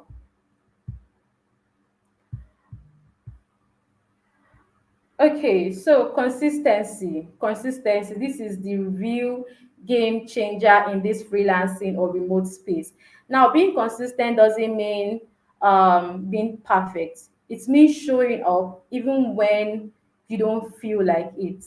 Yes, being consistency can be to be very honest, it's not easy. Being consistency is not easy. If you want to be in this remote space, you just need to be consistent, but then it's not easy. There are times that you want to give up, there are times that you get so tired, there are times that you feel you might even doubt yourself and all. But then have it in your mind, like remind yourself why you started this journey. You had a reason why you started this journey, right? I mean, it's okay to get tired, but and it's okay to take a break. I've taken breaks a lot of time, but after the break I still, stand up. There are many times I've even cried. Yes, I've cried. But after that, I still wipe my tears, stand up, and start again. Because we are not giving up. We can't give up here. Do you get? We can't give up here. So you just have to be consistent. You just have to do what you know how to do best, right? So when I, just like I was saying earlier, as a last year when I was posting more graphics on my page, and I told myself, okay, this year I want to do more videos so that people are going to see the face behind the Pearls VA. It wasn't easy for me, right? It wasn't easy for me. I was just making videos. Sometimes I get tired, sometimes I don't post for weeks. But then I had to plan myself, right? How did I plan myself? I started batch creating content. There is a day I might just pick a day, maybe on a Sunday, to create like 6 videos, and that 6 videos is going to take me for 2 weeks. And after creating those videos, I schedule those posts. I schedule them so that whenever I'm sleeping, it still goes to my page regardless. And whenever I wake up, what I do is I go to the comment section, read comments, reply them, and all of that. So that is what I've been doing, and it's been helping me. It's been helping me, and it's going to actually, relieve you from burnout. It is very, very, very, very important as well. It is very, very important. Now, discipline is what keeps you steady when motivation fades. You might not always feel motivated, but you can always choose to show up. All right. So being consistent is very, very, very, very important. Now, the next one is continuous learning. Stay relevant. Continue. This is actually a very, very, I mean, it's very, very important for every freelancer or every remote worker. I always tell myself, stay hungry for growth. Learning doesn't have any limits, right? You cannot say, oh, you've learned this, you're going to stop. No, you have to keep learning. You have to keep learning. You have to keep learning. Stay hungry for growth. Now, in this remote space here, things change fast. New tools, new trend, new strategy, a lot of things change. And if you don't learn, you will definitely fall behind, right? You will fall behind. It is very, very good to learn. When you learn, you get to see jobs that is related to what you've learned. You take it, you make your money. It is very, very important. And one thing I would also tell you people is learning from YouTube is also important. I've learned from YouTube a lot of times. I love YouTube. Anything I'm trying to do, I'm always going to YouTube. If I see something, I'm always going to YouTube to learn from it, right? I've learned from YouTube. I've taken free courses online. I've taken paid courses online. But in as much as you're learning from YouTube and you are taking courses online, having a mentor is also important. Having a coach is also important. A mentor should, guide you. A mentor should hold you accountable. A mentor should show you what you're supposed to do in real life. Having a mentor is very important, regardless of YouTube. I know a lot of people can actually, catch up from YouTube and all. But having a mentor that guides your step is very, very important. I've had the opportunity to mentor a lot of freelancers, a lot of remote worker, and especially those who are trying to, come into the virtual assistant space. I've mentored them. And the sweetest part is during my training and after my training, I had to, like, a lot of one thing about, I don't know, many of my friends or many people that have been my student, they'll be like, I love posting. Like, I love posting, right? Then I had an accountability partner. We were doing things together. We had to even have our own academy. Yes, we had an academy where we were teaching virtual assistants. We were also mentoring people, having a one-on-one class with anybody that don't have, like, maybe they're not comfortable having, classes with people. They just want you and the coach, right? I've had the opportunity to do so, and I have made my money from it, right? So if you know how to do this, it is very, very important.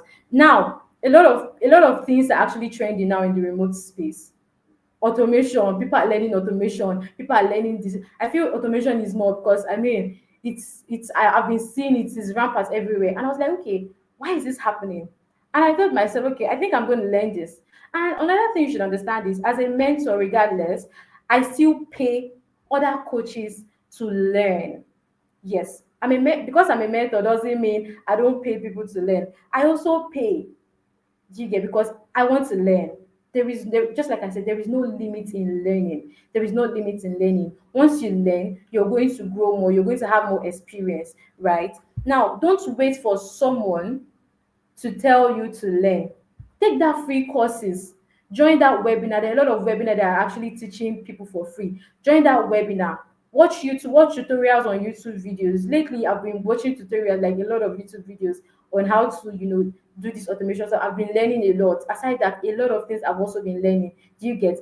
Every new skill you learn increase your value and your confidence. It is very, very important. It increases your value. It makes you grow.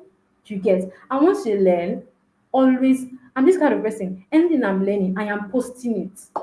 Like, post it. Tell people your journey. Tell people your journey. You don't know where you're going to get your clients from. Yes, I know people are actually applying jobs on some international platform like Upwork and all of that. What if you're applying jobs on Upwork and you're not getting jobs? What if you're applying jobs on Upwork and you're wasting connect? Why? You know that most of your clients are on LinkedIn. They are international clients on LinkedIn. Post on LinkedIn. I've gotten jobs on LinkedIn before. I've gotten jobs on from WhatsApp. I've gotten jobs from Upwork. Yeah, but I didn't just limit myself to just Upwork. I was posting. I was doing this. I was being visible. People know me for what I do. Do you get? I get my engagement, I get my visibility. I also network. You can't just be a freelancer and not network. It's not important. It's not possible. I also network with people, talk to them, also hear from them and also learn from them. It is very, very important. Continuous learning is very, very, very, very important.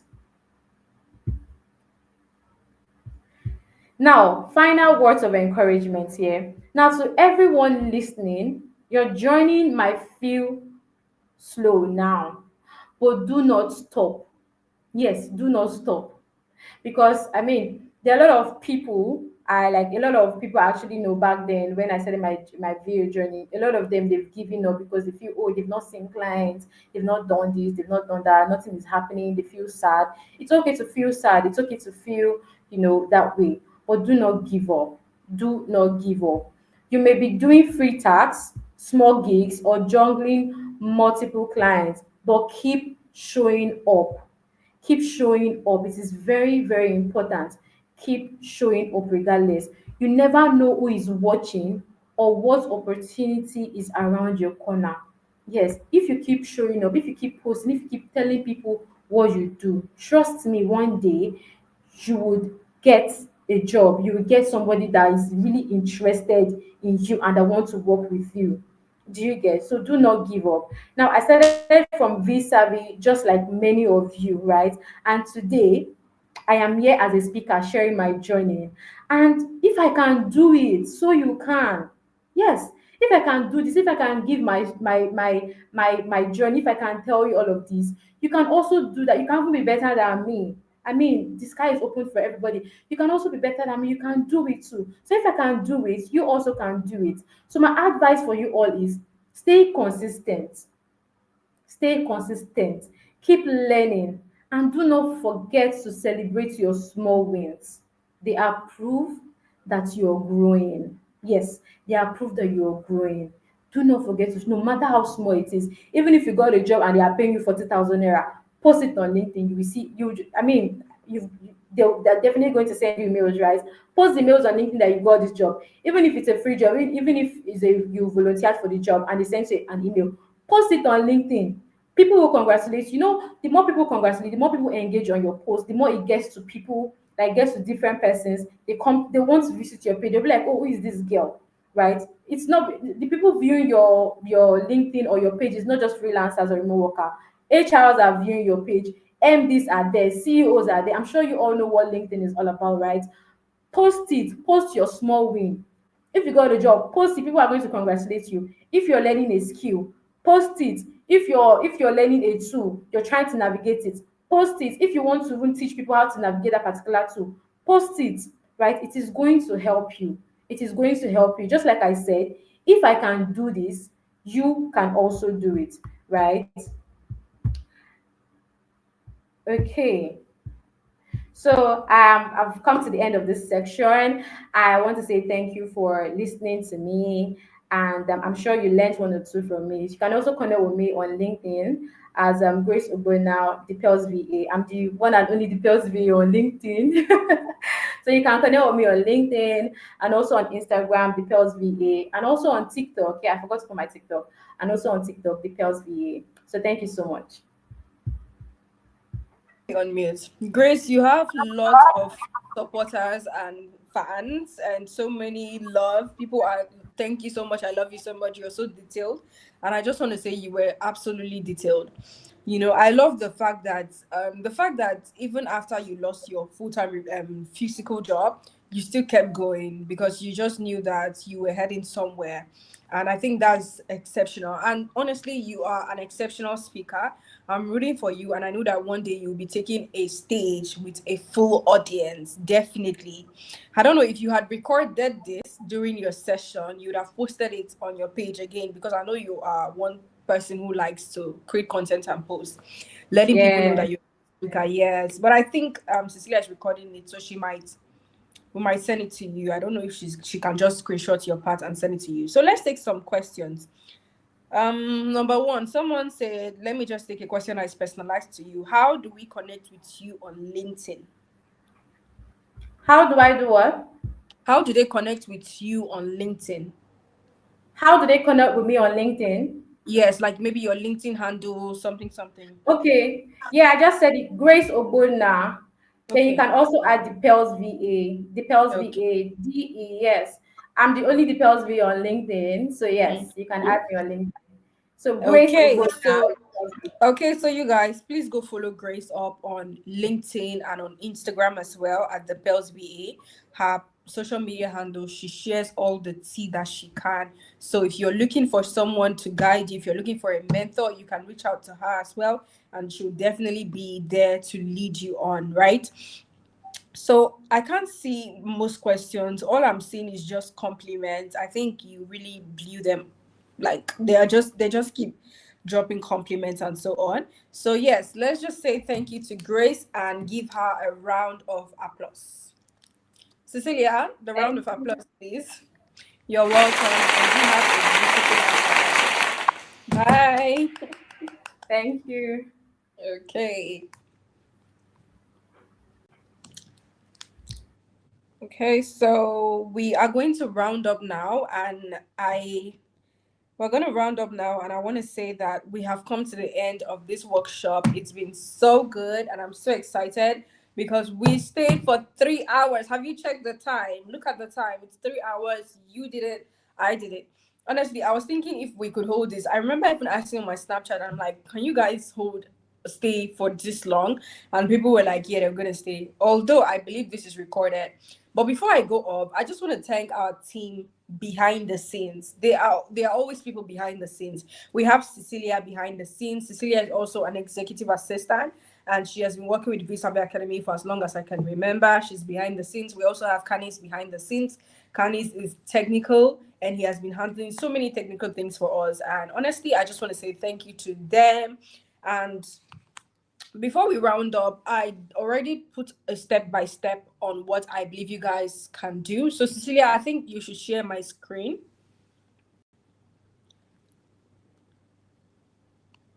I'm going to take questions at the end of the entire session. So, the step by step is going to be like for 5 minutes. Okay.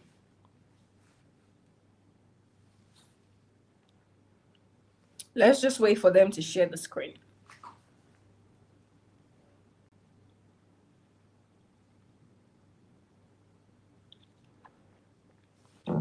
Okay, yes. While I'm waiting for them to share the screen, Grace is an alumna, and you can see that we have exceptional training here at Visa Academy. We don't only train you to just go and work for clients, we train you to be leaders. People who take our training and do the work. Like she put in so much work, posting consistently, doing so much. you can see that she has done exceptionally well because that's what she was trained on. And once again, I want to thank our sponsors and Save. And the highest you can do is download the app and try to use it to support the system.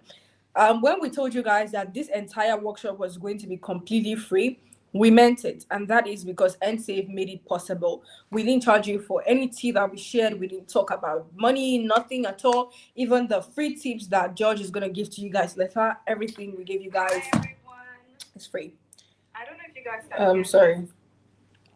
So I just want to say thank you all for joining. And for those people who are interested in joining Visa Academy, sadly, we don't have a cohort right now.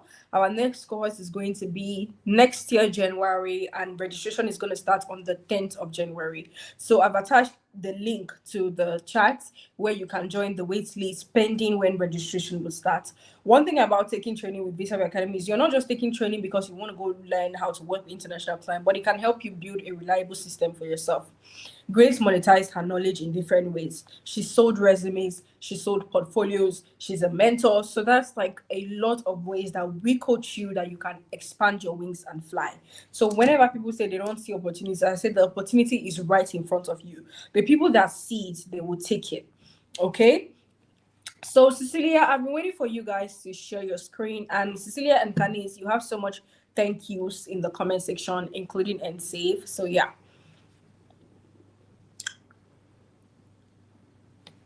Okay, waiting for my screen.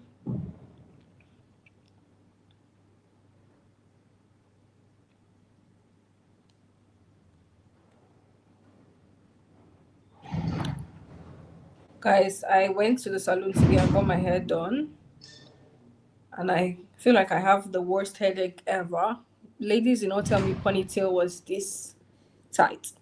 By the way, for the wait list for Visa Academy next cohort, I have pinned it. So you guys, interested participants can join the wait list. And yeah, so let's go. This is the slide we are on right now. Before, if you're interested in joining Visa Academy training in July, before you join, or even if you're not interested, this is for you. Step 1 on how to start and break into the freelance space. Step 1, learn a skill.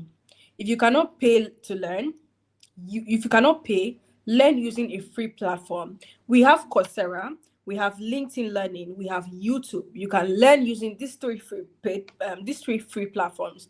Number 2, practice your skills. It's important you practice. Go on the internet, search for a job in your field, then use the job posting to practice. For example, if you're interested in customer service, right, you go on the internet and you type in customer service into your search bar or job opening for customer service. You will see the job posting. They'll tell you we need someone who can handle spreadsheets, we need someone who can do this. So when you practice, you can now do the work, carry on the practice, and put it into your portfolio. That's how you're going to build an exceptional portfolio. Number 3, look for a volunteer job. Ask your friends around, pick up volunteer opportunities, post about your field. Grace was very specific about posting because she knows exactly what got her there, and it was posting. If you are gatekeeping your skill, you don't want to tell anyone, or you're shy, shyness will not make you money. Now, mind you, not everyone has to post about their work. There are other ways you can apply to jobs, which is just applying strictly to job. But then the people who are audacious, or the people who can go and post about it on LinkedIn and are not shy, they have a higher chance than you who is gatekeeping your skill. Nobody will see you if you are not showing yourself. So reveal yourself, put on LinkedIn, create an online presence for yourself. It's very important, okay? Now, look for a volunteer job. I don't know if I've said this, but ask your friends around, pick up volunteer opportunities. And then when they have a job, you can see WhatsApp status. You must have a vendor on WhatsApp, because all of us, we have a vendor on WhatsApp.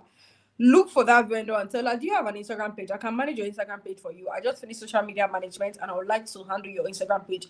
Build an Instagram page for her from scratch and help her grow it. If you're a customer support, say, can I handle your customers? Can I talk to your customers? Use that to build it. If you're a marketer, you say, can I help you to run ads?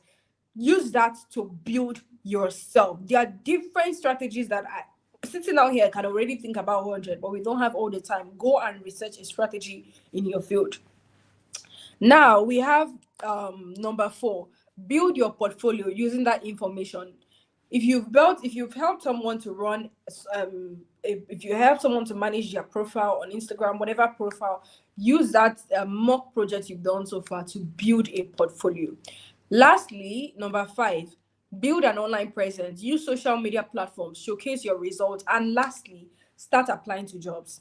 For people who are shy and they don't want to build an online presence, you want to start applying to jobs. But if you're applying to jobs and your LinkedIn profile is not looking attractive, that might risk it.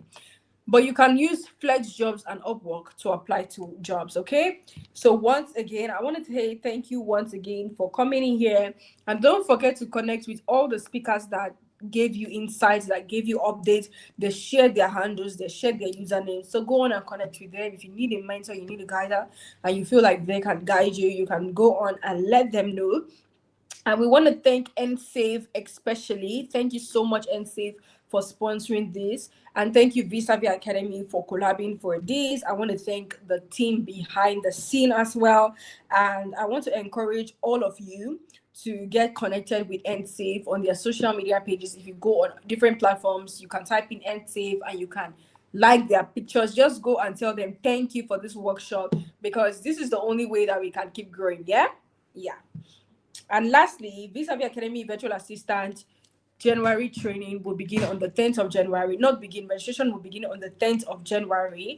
And if you are interested, use the waitlist link in the chat to join the waitlist. And I just want to say, well done for joining us. It's been 3 long hours of us here chit-chatting, and you did amazing. You can rewatch this video, is recorded, so you can rewatch it. And yeah, do have a good night, everyone. And it was exciting meeting you. Wait, first, you guys, subscribe to my YouTube channel, because I want to take YouTube seriously. So hit the subscribe button so that I can grow on YouTube. Bye, everyone, and thank you for joining us.